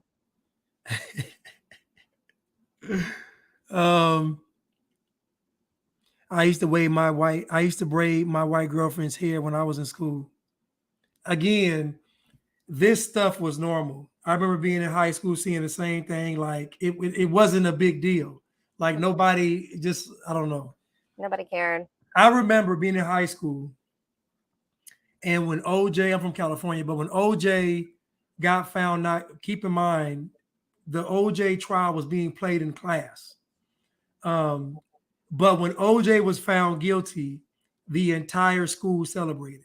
So I'm just, When he was found not guilty. I'm sorry, not guilty. The entire school, listen to me. It was a loud cheer that you heard throughout the entire school. And I went to a predominantly white and second was Hispanic school. And everybody celebrated. So all this racism wasn't going on. I'm sorry, it just wasn't. It just wasn't going on. Crazy. Wasn't. Obi said, "Is it Louisiana or Louisiana?" The jump from Louisiana. It's Louisiana. That's how I say it. Oh, Louisiana. Louisiana. Yeah, is it Louisiana or Louisiana? Louisiana. I think. I don't know. It's just Louisiana. Well, there are some places like New Orleans with the accent, Baltimore and DC with the accent. Certain places have a unique kind of. And oh snap, your YouTube stream is better. That's because he cleaned the camera. Thanks for noticing. But it's here, you could be like up the street and down the street, people have different accents. And then there's a thick like Bayou accent. Like I'm actually from the Bayou. And I just am so grateful that I don't feel like I definitely sound like I'm from the Bayou. Not that there's anything wrong with that, but I just think that my life would be much different if I sounded like that. So like the Bayou was like the guy, like I guarantee that kind of. Yeah, my mom sounds more like that than probably anyone in my family. They throw a little French in there. Yeah. My grandfather is French. His parents are actually from France, and then he's Cajun French, and so yeah. Okay. And so I spoke French like when I was like really little with my grandfather, and then as time goes on, you lose those things if he's the only one that you could speak it with.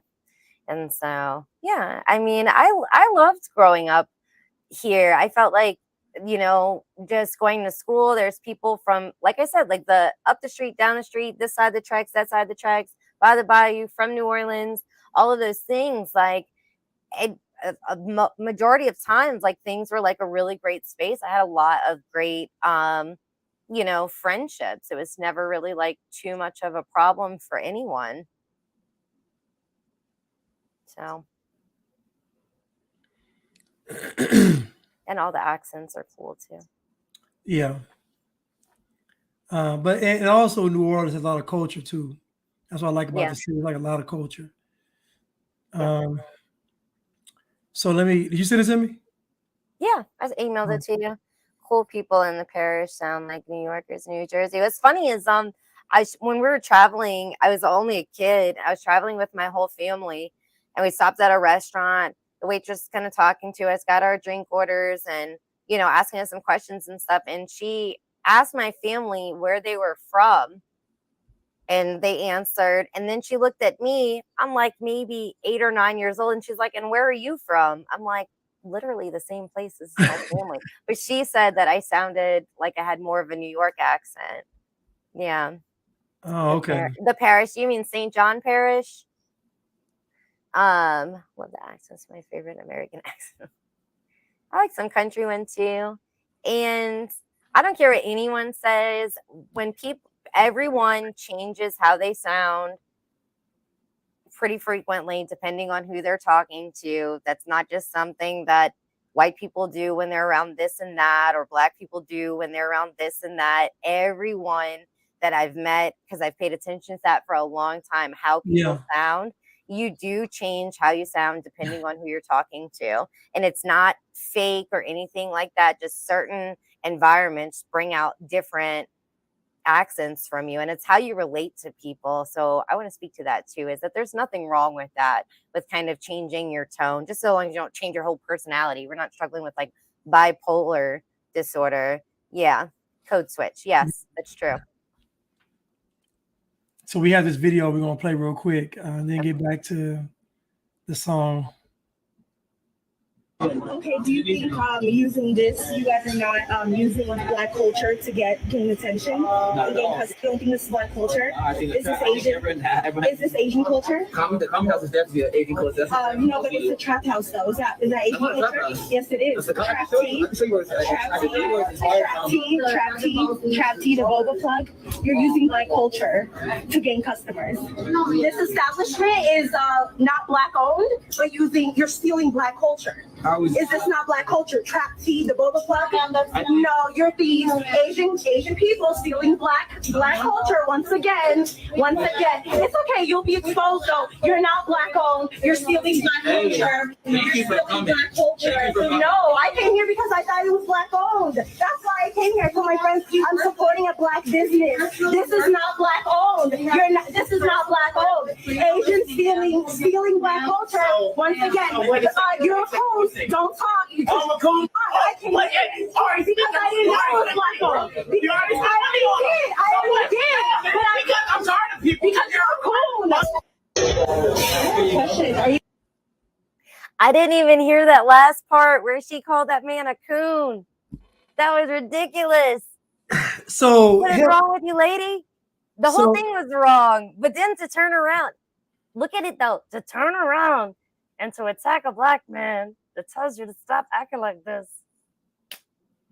Well, the funny thing is, again, selling drugs, the trap house and the plug being the person that supplies the drugs, aren't Black culture, because Black folks, the plug is somebody that's south of the border. So again, I just don't like, what is your argument? Like, so are you saying that Black culture is selling drugs? Or are you saying, what are you saying? And it's funny that Black folks, and this is why I talk about Black culture and Blackness, when you ask folks to define what it actually is, this is what they come up with. The trap house. Like, what the? Listen, I thought it was a Black-owned business, so I came down here. There's no way on this God's green earth that you looked at that menu and that website, walked in front of that store and thought it was Black. There's no way. It is no way you thought that. No way you thought that. There's no way. That's really crazy. She is wild for that one. Did you see Kevin's comment on that video? Hold on, I'll go to it. Oh wait, this is us.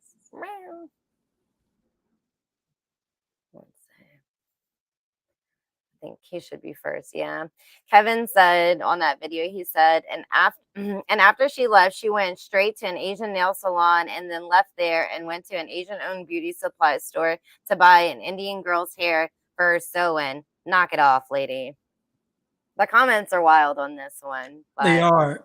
Somebody said Wu-Tang, Nicki Minaj, Black China, K-pop obsession, anime obsession. Like, yeah, man, come on, man. There was even a phase where Black folks were getting Chinese words on their body, tattoos. That's still happens. That definitely still happens. That still happens? Oh, yeah.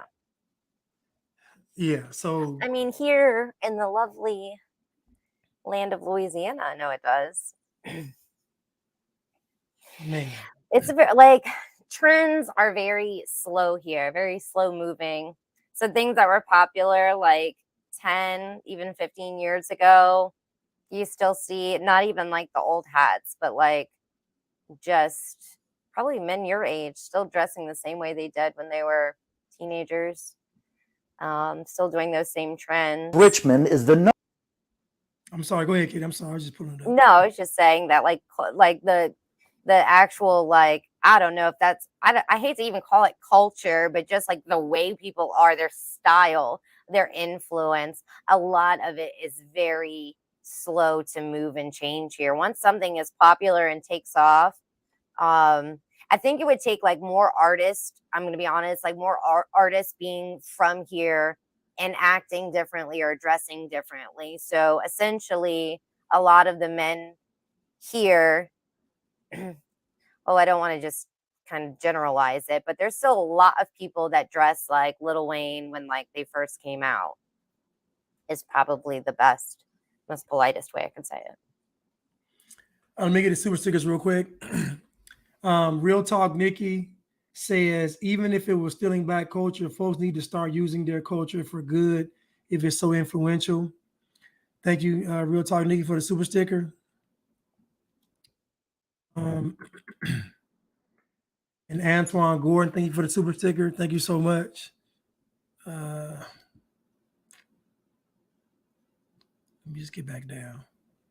I just found this video on Instagram where this guy is talking about it. I guess the controversy behind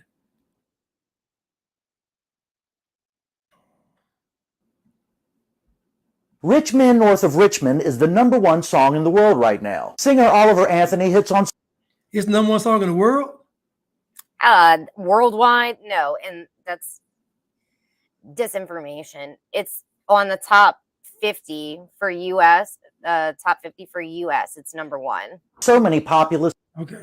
Men North of Richmond is the #1 song in the world right now. Singer Oliver Anthony hits on so many populist themes: the devaluing of the dollar, the corporate and political establishment, Jeffrey Epstein and his enablers, welfare, taxes, elite control, and what has been elite's response? That song is right-wing. But didn't Democrats used to be the party of the working class? Used to be is the key part there. After the 2016 presidential election, socialist Bernie Sanders warned Democrats about the danger of replacing social inequality and class struggle with identity politics. In 2016, Bernie Sanders said identity politics distracts from what he considered real issues like economic inequality and the decline of organized labor.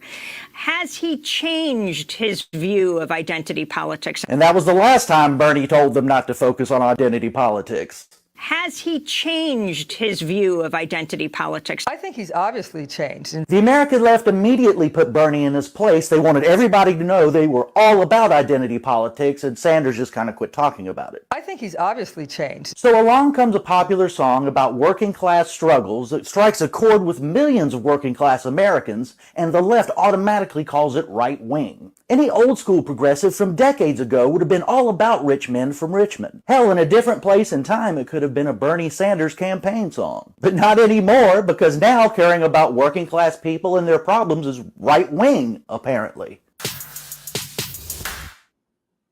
Rich Men North of... How'd you feel about his take? I felt like that was a good take. I felt like he called out exactly what it is, how the media is just, you know, anything they don't like, they're going to paint it as something of the such. The media is really responsible for a lot of the language influence and hate, quote unquote, hate speech or hard language or whatever it is against the right. And specifically, you know, it's not even about the politics. Like how they treated Trump was terrible. And I know I always get hate because people are like, oh my God, you like Trump. Oh my God, I have a different opinion than you. Anyways, but I feel like they really did a fantastic job of pitting people against each other and propelling this kind of language, because it wasn't for TV. No one would be calling things microaggressions. No one would just be casting out blanket statements of racism, right wing extremist. You know, those things are just not as real and as prevalent as they make them seem, but people are just falling for it hook, line, and sinker every single time. It's pretty disgusting. But I felt like he did a good job. Okay. I had another one. Well, I had two more. Let me see this one. Prudence, are you from Australia? Yeah, what this guy?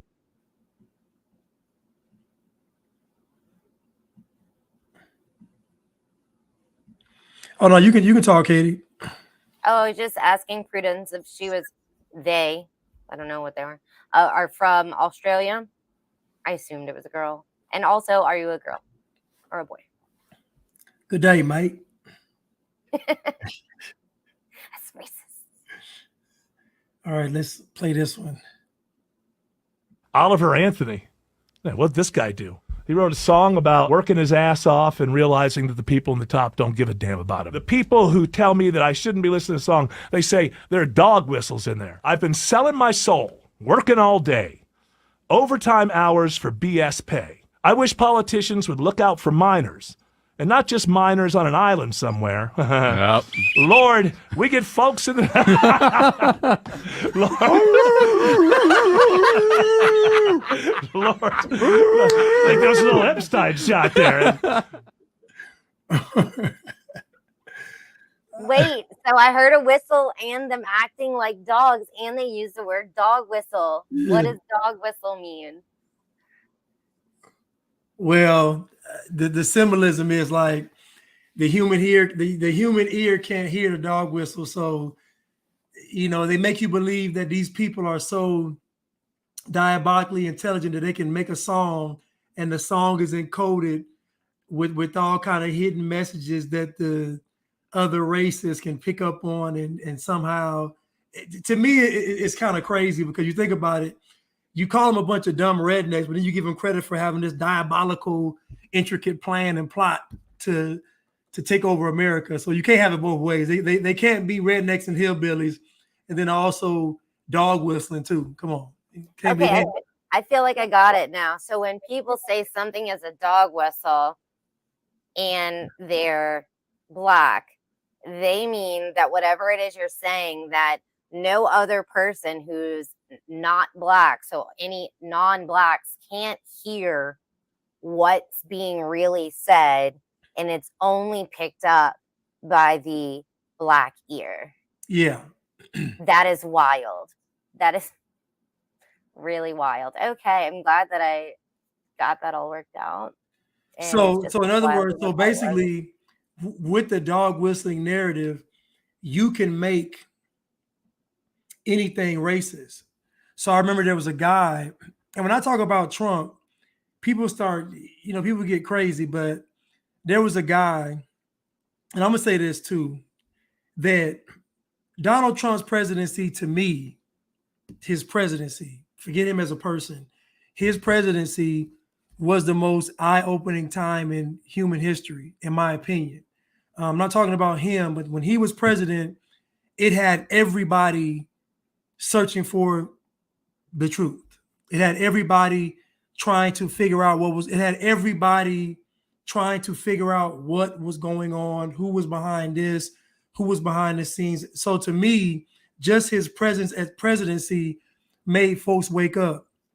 The adverse effect of him being president was it also made people, because it was that awakening, it made people more oppressive in the sense that squashing ideas, squashing beliefs, squashing folks that want to be outside. You saw this whole movement of shutting anything down that was remotely questioning the establishment, even though the left claimed to be against the establishment. So me saying that is that Trump's presidency made folks want to know what's really going on. Like me, I was lost before. I knew a little something, but when Trump was president, you started seeing, it was just, they were going so overboard, Katie, where I was like, wait a minute, something's going on here. Like this is insane. Like this dude can't be I got in a fight with my god brother. He said that Trump was the most racist president in history. And I said, even over presidents that own slaves? He's like, yes. I said, what? Like, I said, that's insane. But that was the argument, that he was more racist than the president that owned slaves. I said, my goodness. So I started noticing, I said, something's going on here. Like something is really going on. Yeah, I think he did wake a lot of people up. And some people went even further to sleep, I think. Yeah. because they're just led by it. But like, gosh, it's really so easy to break that code. It's not even something that you have to be really intelligent to figure out. First of all, I've known like the media is fake for a very long time.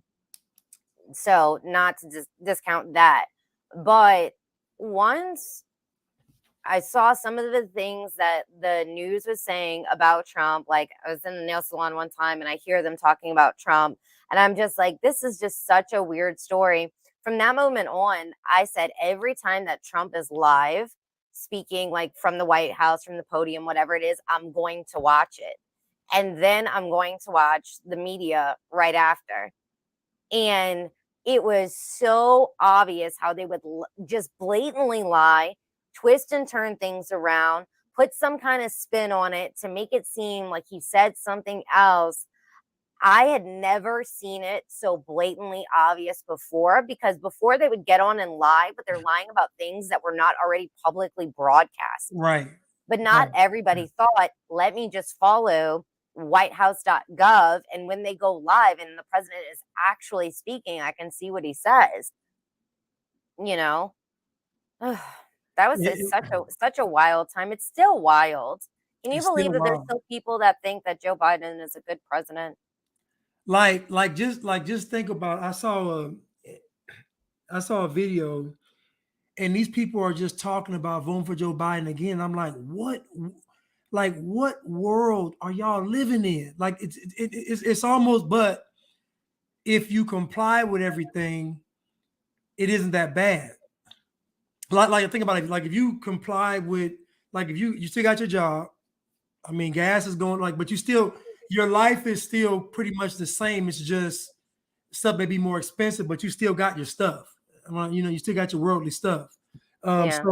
So to and probably autoimmune disease, but we know they're sick, but I'm just saying they still have their quote unquote stuff. So to them, if I still have my house and my car and I can still travel and do this stuff, then life is pretty much the same. But for a lot of other people, he's the worst president in history. Pull up the Larry Elder Charlemagne clip. That was dope. I think you already did a live on that take, but I want to roll into really quickly. Speaking of COVID, they're trying to say that there's new strain and another strain and all of this stuff. People that might be their parents going to get like the flu shot, but maybe they don't want any more COVID shots or never had them, but they still think the flu shot works. The flu shot is now being marketed as the Fluster. It does contain mRNA, and it is the flu shot and the booster, which I hate that word, but they're mixed together now. So you guys just need to just don't let your foot off the gas as far as like being active. People that have already gotten this Fluster have been incredibly sick. I know some people personally that have gotten incredibly sick, and their sickness is not just contained to them. It's also something that's contagious. So really try to take care of your health right now before we go to it gets colder. And then even right now, while it's hot and so many people are staying inside because it's so incredibly hot, we're actually still doing ourselves a disservice. So whether it's early in the morning or in the evening, you have to get outside. I know it's uncomfortable. Like here in Louisiana, I walk outside, I'm literally drenched in sweat. It's not pretty. It ruins my hair. No one wants to deal with that stuff. The car seat has literally burned my butt several times this week, and it's only going to get worse. But right now, make sure you're changing your AC filters in your house. Make sure that you're building your immune system. Make sure that you're going outside, a healthy lifestyle and eating and all of those things. It's not overly complicated. You don't have to make it overly complicated. Plan your meals around getting a variety of sources of vitamins and nutrition through actual healthy food, and not so much as a bunch of supplements. There's so many easy things you could do, like those the girls that are making like the juice shots, like the lemon and ginger and all of those things. You don't have to worry about trying to do this and keep the little mini bottles where they're all cute. Those do go bad. Put them into the ice cube tray, freeze them, so that way you always have something like a quick tea that you're getting nutrition from. Just all of those things. Like really, really take it seriously, because And a month and a half from now, when everybody starts to get sick, it's going to be, you can't change the trajectory right then and there and just be like, oh, now I'm going to take vitamins. I'm going to go for a walk. Start doing it now. Start doing it now. Push yourself. It's okay to sweat. It's okay to be hot. Yeah. Just don't do it like in the middle of the day. Okay. But get outside, please.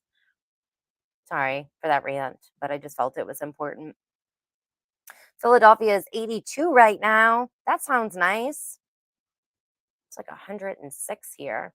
And there's some low that's going over the top of the United States right now to where all of the Midwest and Texas and Louisiana, Alabama, Florida, all of that, we're basically trapped in a bubble right now. So this next week is going to get even hotter. And California is going to be destroyed by Hurricane Hillary. Yeah, right. It's going to tear up some stuff, though. Yeah. It's going to blame climate change. Oh, I'm pretty sure they already did. Yeah, definitely. Definitely. Don't be afraid to grow some herbs. Don't be afraid to do anything. Your health is your wealth. The world can, you're like Oliver Anthony said, your dollar ain't okay. And that might be true, but your health is really your wealth, and your well-being, your mental health, all of that stuff. Don't be afraid to try new things.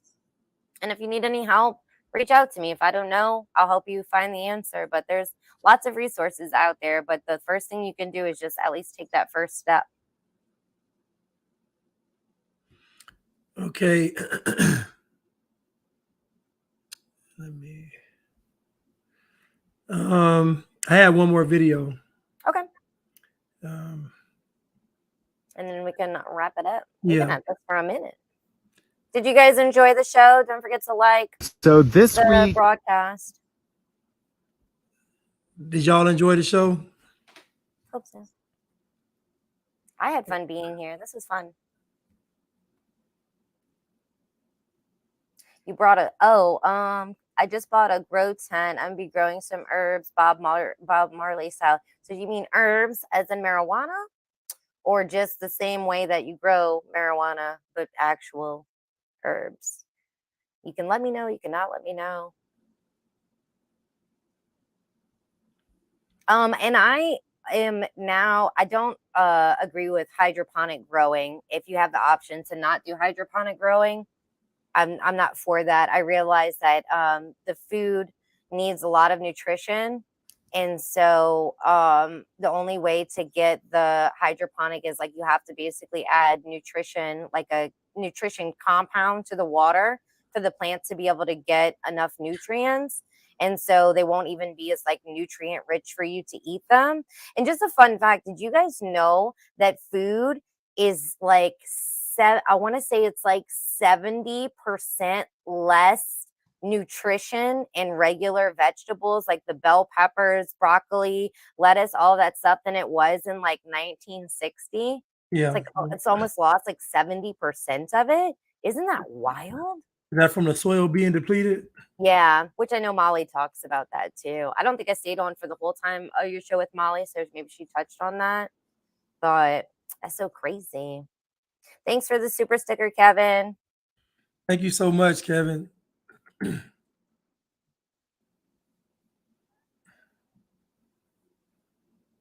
Yeah, hydroponic grown strawberries and HEB is wondering why they're so cheap. Yeah, I think that a lot of the nutrients come from like a chemical compound. So it's probably synthetic nutrients for the plant. It's just very wild. They're doing a lot of wild stuff. It's too wild. So grow some of your own stuff, some of your favorite stuff. Pick one or two things and grow that at least. I think I'm gonna.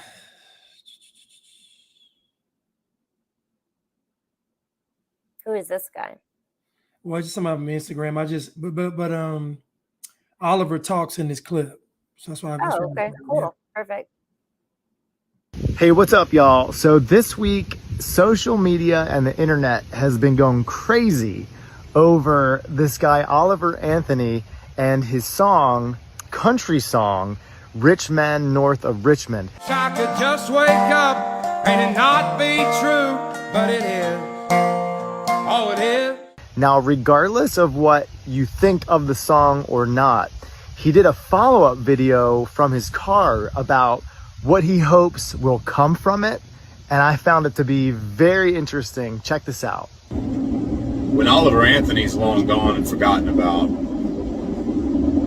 what can you do in your own life to maintain this energy, this positivity, this unity that I see among people like I've never seen before? What are the next steps to make life better for people? What can you do for your neighbor? Humans have the ability to possess such overwhelming compassion, and it seems like we've really let ourselves focus too much on hate.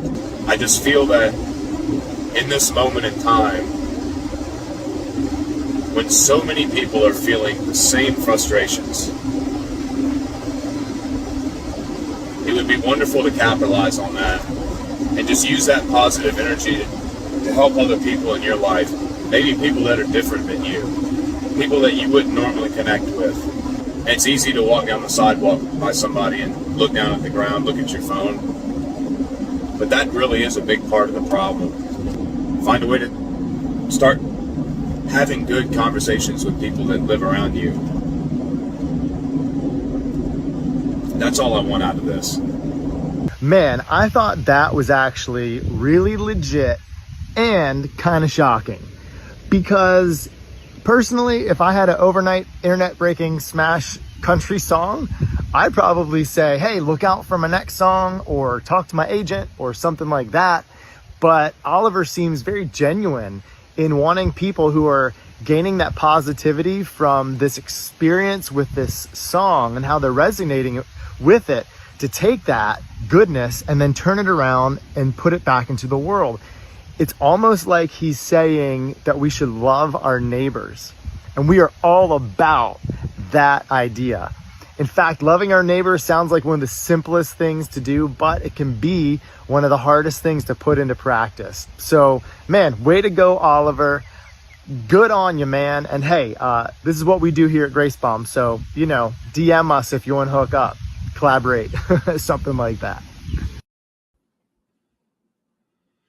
I don't know who that is. But A Honeycutt says, sorry, but no, I didn't enjoy this show. It started full of excuses and lies. No research done into the song or who this Oliver guy is. Y'all just took the ball and ran with it like the rest. Sad. Well, can't please them all. Right. Well, again, contextually speaking, I think Katie said this. It's not about Oliver as the person. It is about the song. Like, we're talking about the song and the impact it is having and why the song is controversial. This guy could be, God knows who he is. We don't know. We're talking about the song. And again, God does know who he is. And we're not, God does know who he is. And we're not advocating for Oliver Anthony. We're not advocating for anyone. We're just discussing it. So sorry you didn't have a good time. Yeah, but again, I'm gonna go back to my point. Artists make songs every day and they talk about the craziest stuff. And again, this song is resonating for a reason, because he's telling the truth. And that's just it. It's just, in the time we're in now, folks want people to be policed in their thoughts and their speech and everything else. They want to talk about Maui. They want to talk about all this stuff, but how you know that Maui isn't a psyop? Like, how do you know this? Like what is and what isn't? Like what are we picking? You know what I'm saying? Like, we picking and choosing. But anyway, yeah. Yeah. I thought it was really interesting that Biden said that they were laser focused after the fires. Right. But I don't want to, the people have died. I don't want to throw a conspiracy on top of anything. I don't think we have enough information to know. I think that we need more true and accurate reporting when it comes to this kind of information. We're just living in a world where, nothing is real, nothing is true, nothing is honest. And so, we face a lot of battles when we come online as ourselves. Like you asked me, like, why do I get nervous? I don't think that I can control it, but I think that just being here and being who you really are and saying what you really think and trying to put it the best way you can to, like, I don't like to be upsetting to people. That's never my intent. Like sometimes I see it like you kind of might battle with people a little bit and you don't mind egging people on, but that's not how I am. And so I don't really like a lot of confrontation. I wish that everything was kumbaya, but that's not the real world either.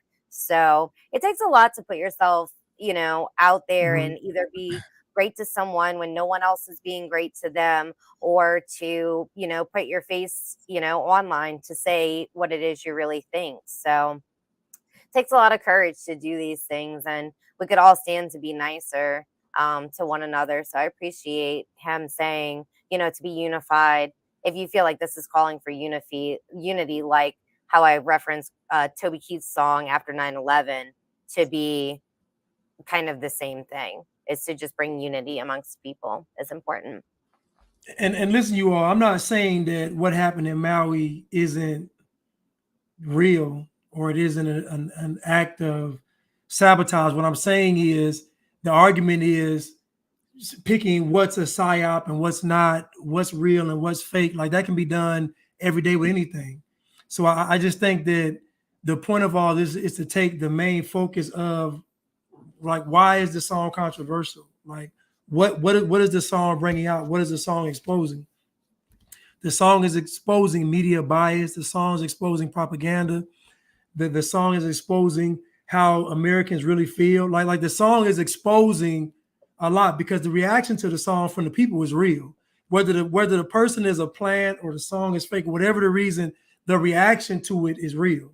And the people are responding to it because, frankly, in my opinion, people are tired of the nonsense. Yeah, you are frozen, Katie. Frozen in time. But you can hear me? I can hear you, though. Okay. I don't know why it's weird. Why are you frozen? At least it's not like a super terrible face. It's like kind of bad, but it could be worse. So I'm okay with that. It's like I don't know why I even tried turning the camera off and on. We had a big storm the other day, and our network has been really crazy ever since then.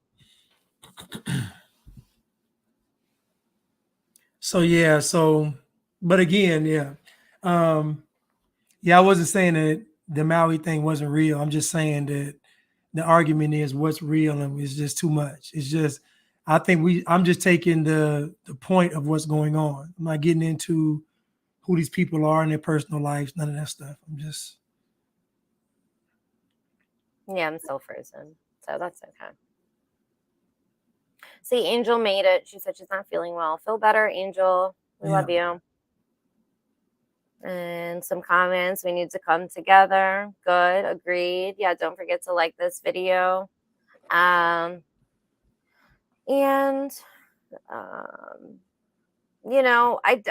pray for the people of Maui. People of Hawaii. It's going to take a lot for them. Everything is so expensive. I'm just going to turn my camera off because it's like freaking me out looking at myself being frozen. It's just right.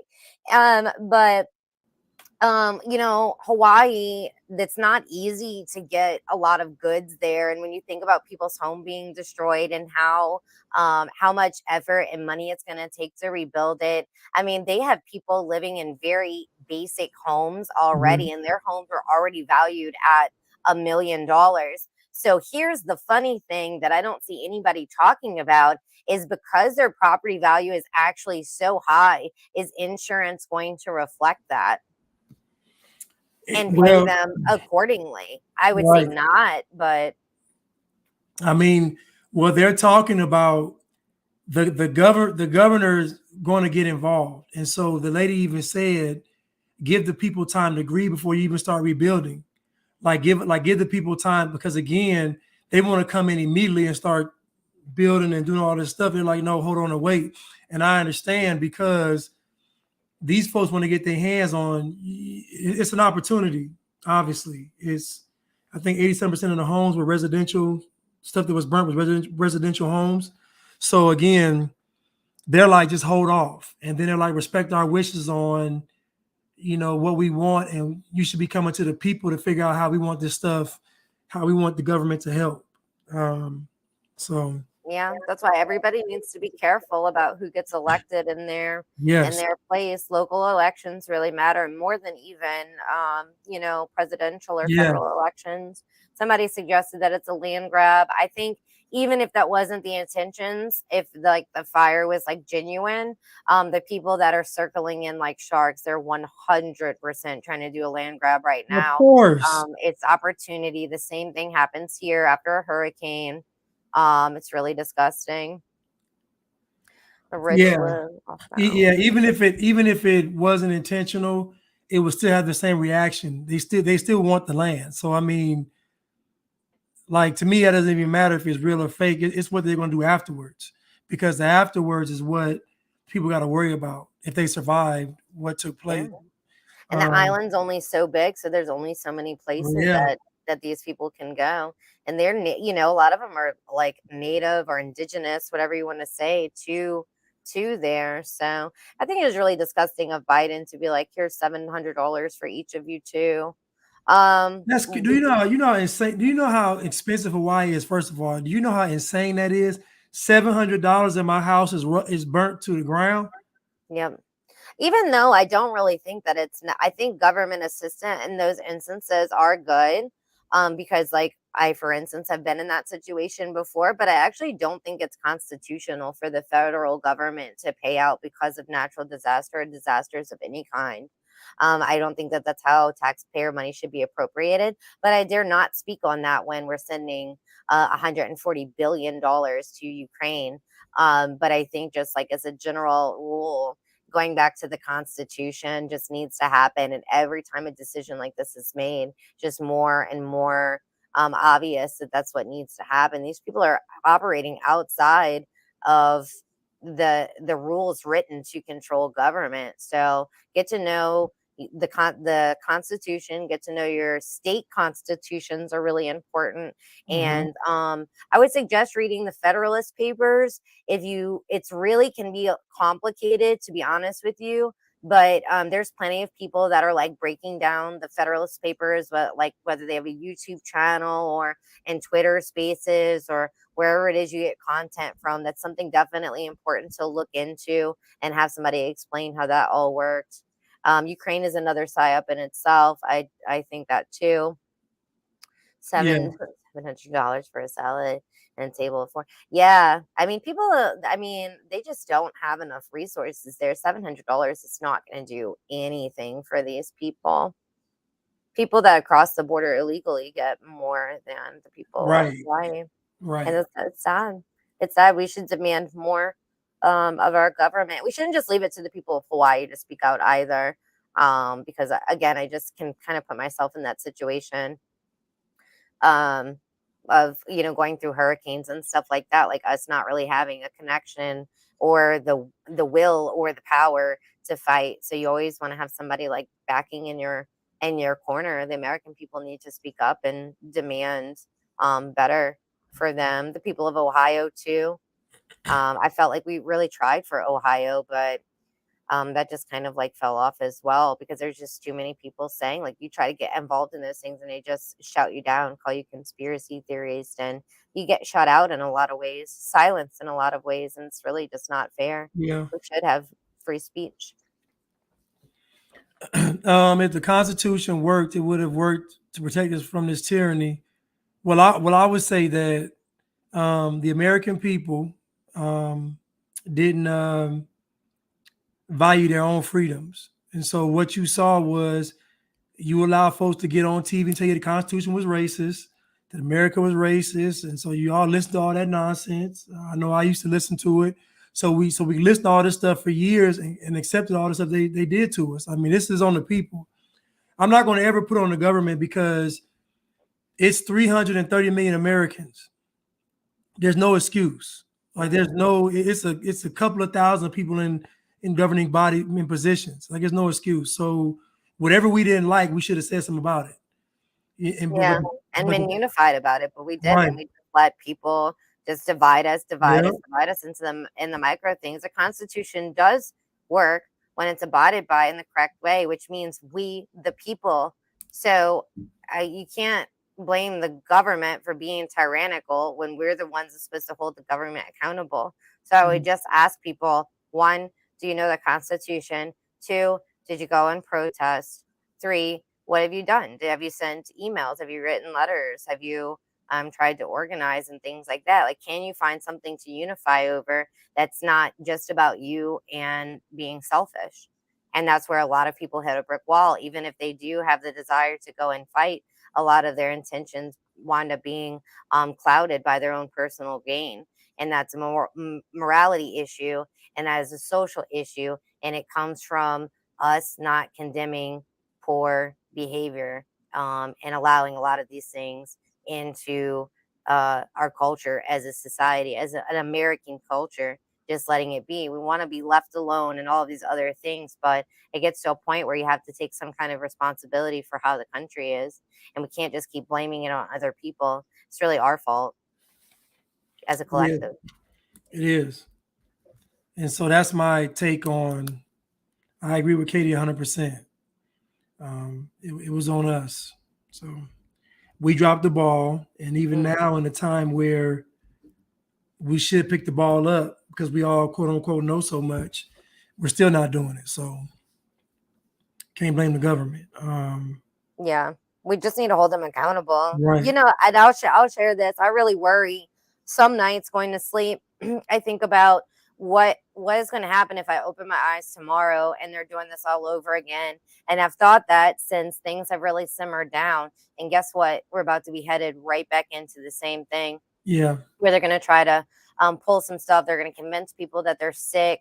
They're going to leave the sick people at home to shelter in place, which is really what contributes to the death of a lot of people, because you're on the brink of death at home, not getting the hardened mucus out of your lungs, not receiving any kind of antibiotics or treatments. People are just taking NyQuil and laying there for the sinus infection to basically take over your whole body and have parasites. Then you go into the hospital, and the first thing they're going to do is put you in on a ventilator, which is definitely going to kill you. And I don't recall the name right now, but a lot of you might remember remdesivir and how catastrophic that was. It's still being given, but now it has a new name. They've rebranded it, but it's literally the exact same thing. So I can't think of what the name is right now, so I'll just leave it with you guys. Go do your research, type in rebranding of remdesivir, or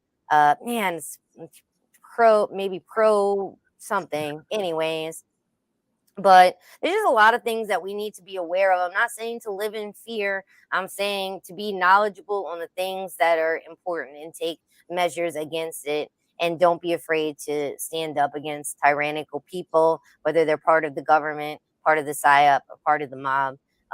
Just remember that Jesus didn't have, that many followers either. And he still did what he was sent here to do. So you could do it too. Amen. That's a great way to end the show. Thank y'all so much for tuning in. Thank you, Starve Baby. Oprah owns 1,000 acres in Maui and wants to buy more. Why does one person need all that land? I wish I had 1,000 acres. I ain't gonna lie to you. I mean, if I had 1,000 acres, man, y'all all come on the land. We set up a fortress and just prepare for the last day. But anyway, that's a ton of land. What'd you say? I said that is a ton of land. That's a lot of land, man. That's like, but I mean, righteously, it could be used for like, each family get 5 acres to live off of. Mm-hmm. And really, you don't even, when it's done in the right way, if you could really build a community like that, you could still have a lot of open space. It's like communal, too, as well. And so that way it doesn't all fall on somebody else. I don't know about you guys. I don't want to take care of 5 acres by my doggone self. Just me and my husband and my kids. That's a lot of responsibility, even 5 acres. I got a couple garden beds back there that people are like, whoa, that's so much. And I'm like, you're telling me I'm out here sweating, moving bags of dirt, picking stuff, fighting bugs. Got boxing gloves on, fighting the bugs out here. Right. They're trying to eat all my food. I'm growing okra for the first time this year. That's been pretty exciting. Regular okra right off the little okra tree is actually really good. A lot better than pickled okra, in my opinion.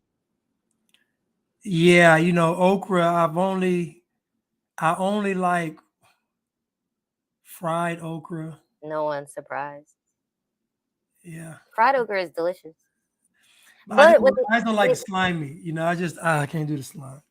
So pickled okra too, what I realized is that it doesn't have to be slimy. If you use apple cider vinegar in your pickling brine, or even just the regular vinegar, if you let it's only slimy for the first couple of days, but if you let it pickle for longer, it stops being so slimy. My kids love pickled okra, but they grow so fast. They have to pick them so quick, because once they get over like the size of your finger, they turn into like really woody, like almost like you can't even bite through. It's like celery, the most stringy celery you've ever had. It's really, really crazy, but they grow very fast. And so that's been exciting. I got 2 okra trees out there. I'm looking out the window right now. I know you don't know that's what I'm doing, but just planted my carrots. All tomatoes are gone. I got some beans and cucumbers that I just planted too. So hopefully we'll get those gone again. I just had such a problem with different kinds of bugs eating my tomatoes and stuff, which that happens when you grow organic and you're not using, pesticides, and you're not using GMO. GMO is really resistant to a lot of pests and stuff like that, which, there's pluses and minuses to that, more minuses than pluses. But like if I really had to do it for food sovereignty, I can't tell you that I would do all heirloom, because I wouldn't want to risk my food just on that. I can do it now because it's a choice to do it, but I do have some other kind of seeds just in case I get in a pinch, because we need to have food. But beans are super easy to grow. Grow you some beans, Blanche. So I'll grow some beans. How about avocados? That's an avocado tree you got to grow. I know, but I'm saying, but how?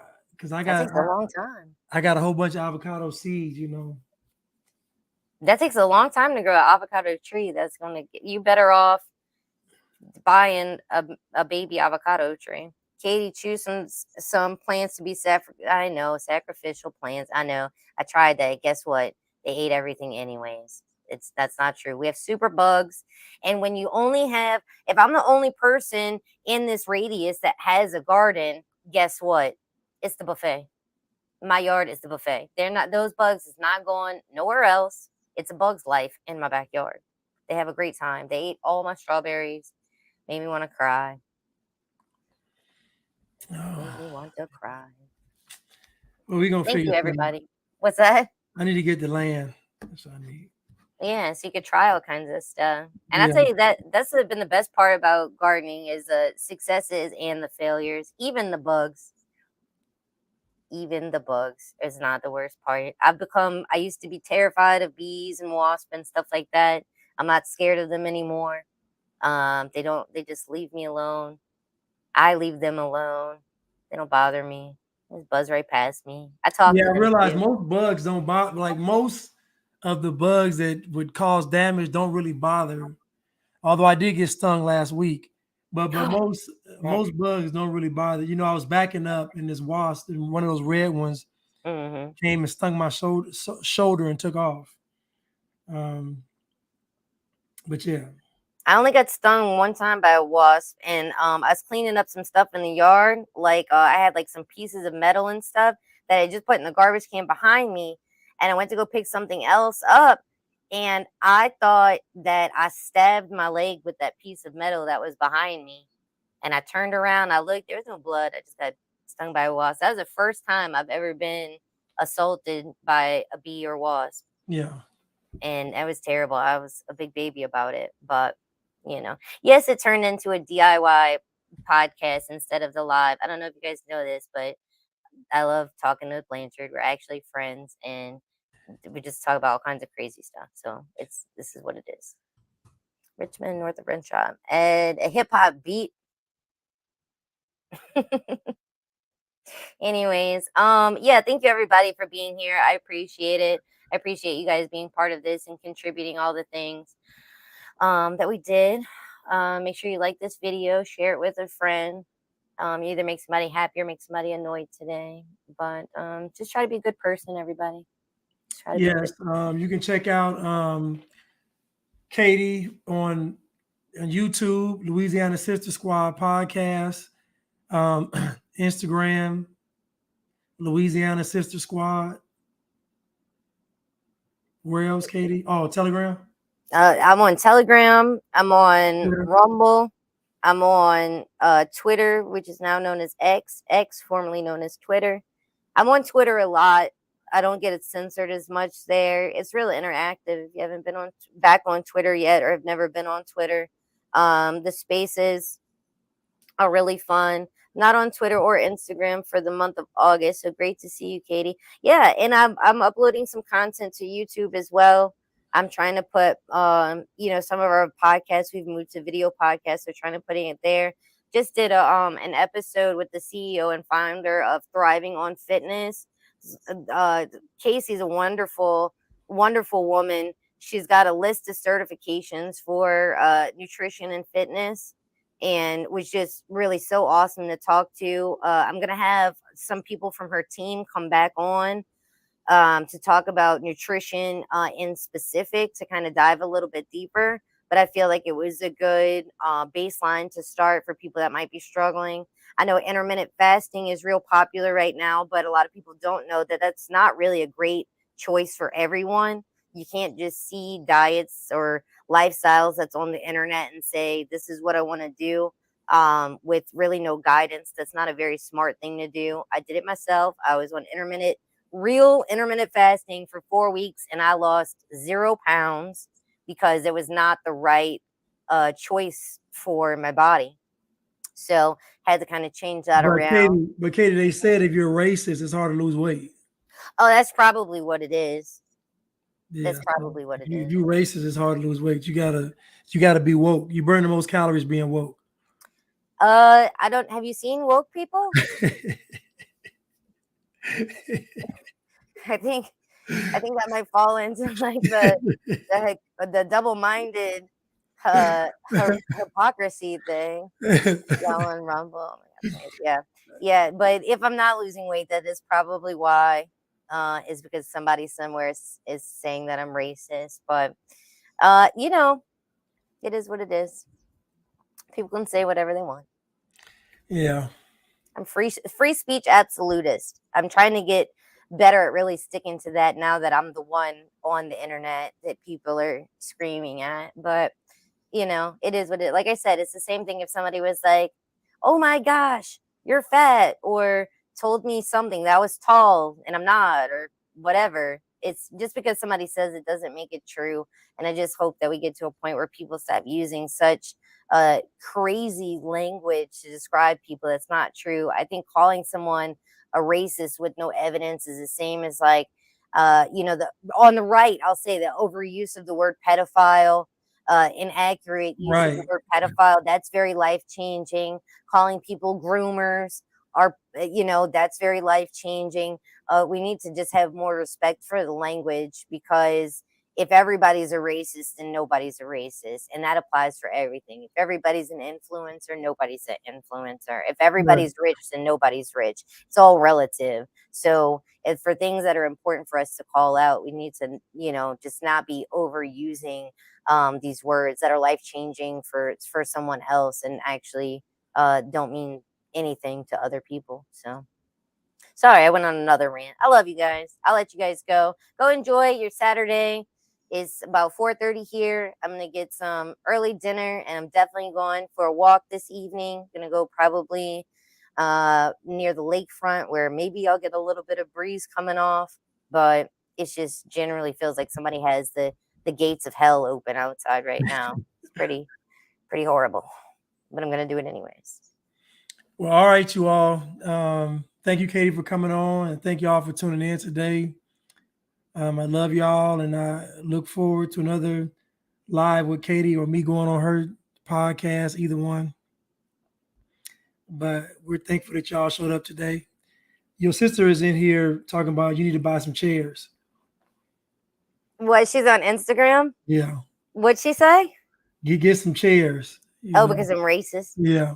I thought the black people had the chairs. But you got to get them for self-defense. You got to fight them back. So you need chairs against chairs. Yeah. I thought it was like shirts against skins. Like somebody had chairs. So what's the protection against a chair? A table? Like what's the racism? The shield of racism. I don't know. The I sword, think the sword of microaggression. yes, you hit him with the microaggressions. Hit him with the microaggression. No, I don't know. I don't know. I would hope that I'm never in this kind of situations because that seems horrific. Horrific. I mean, going to Walmart is like really similar to that experience. So I just try to stay out of Walmart, stay off of boat launches. You know, that was pretty funny. What a crazy event that was. It was so ridiculous, though.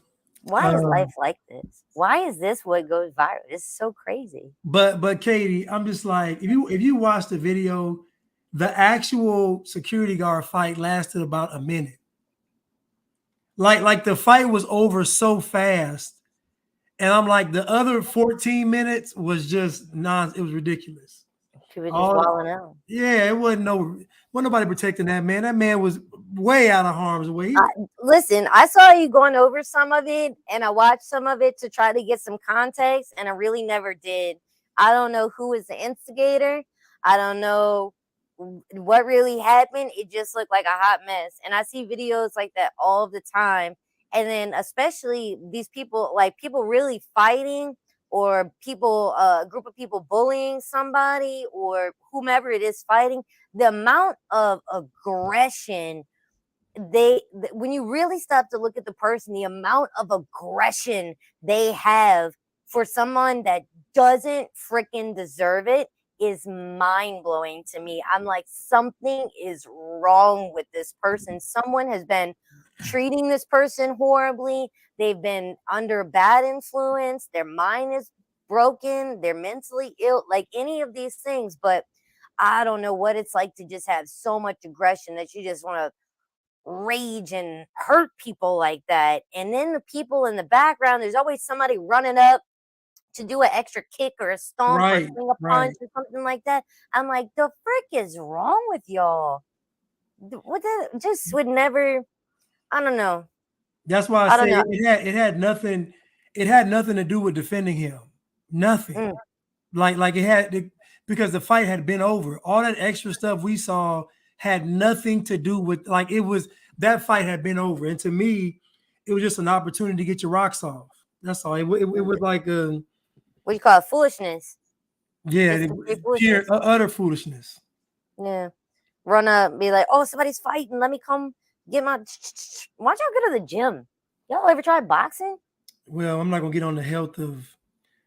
Let me not get started on the health of Black America. So let me just leave it alone. Let me not start. So everybody, but I see some white people fighting like that too. So I'm not gonna say Black America. You know, I'm not allowed to speak just to Black America. No, what I'm saying is there's an epidemic where there's a counter workout culture in Black America. There is a can't mess my hair up. There is a I don't want to look buff.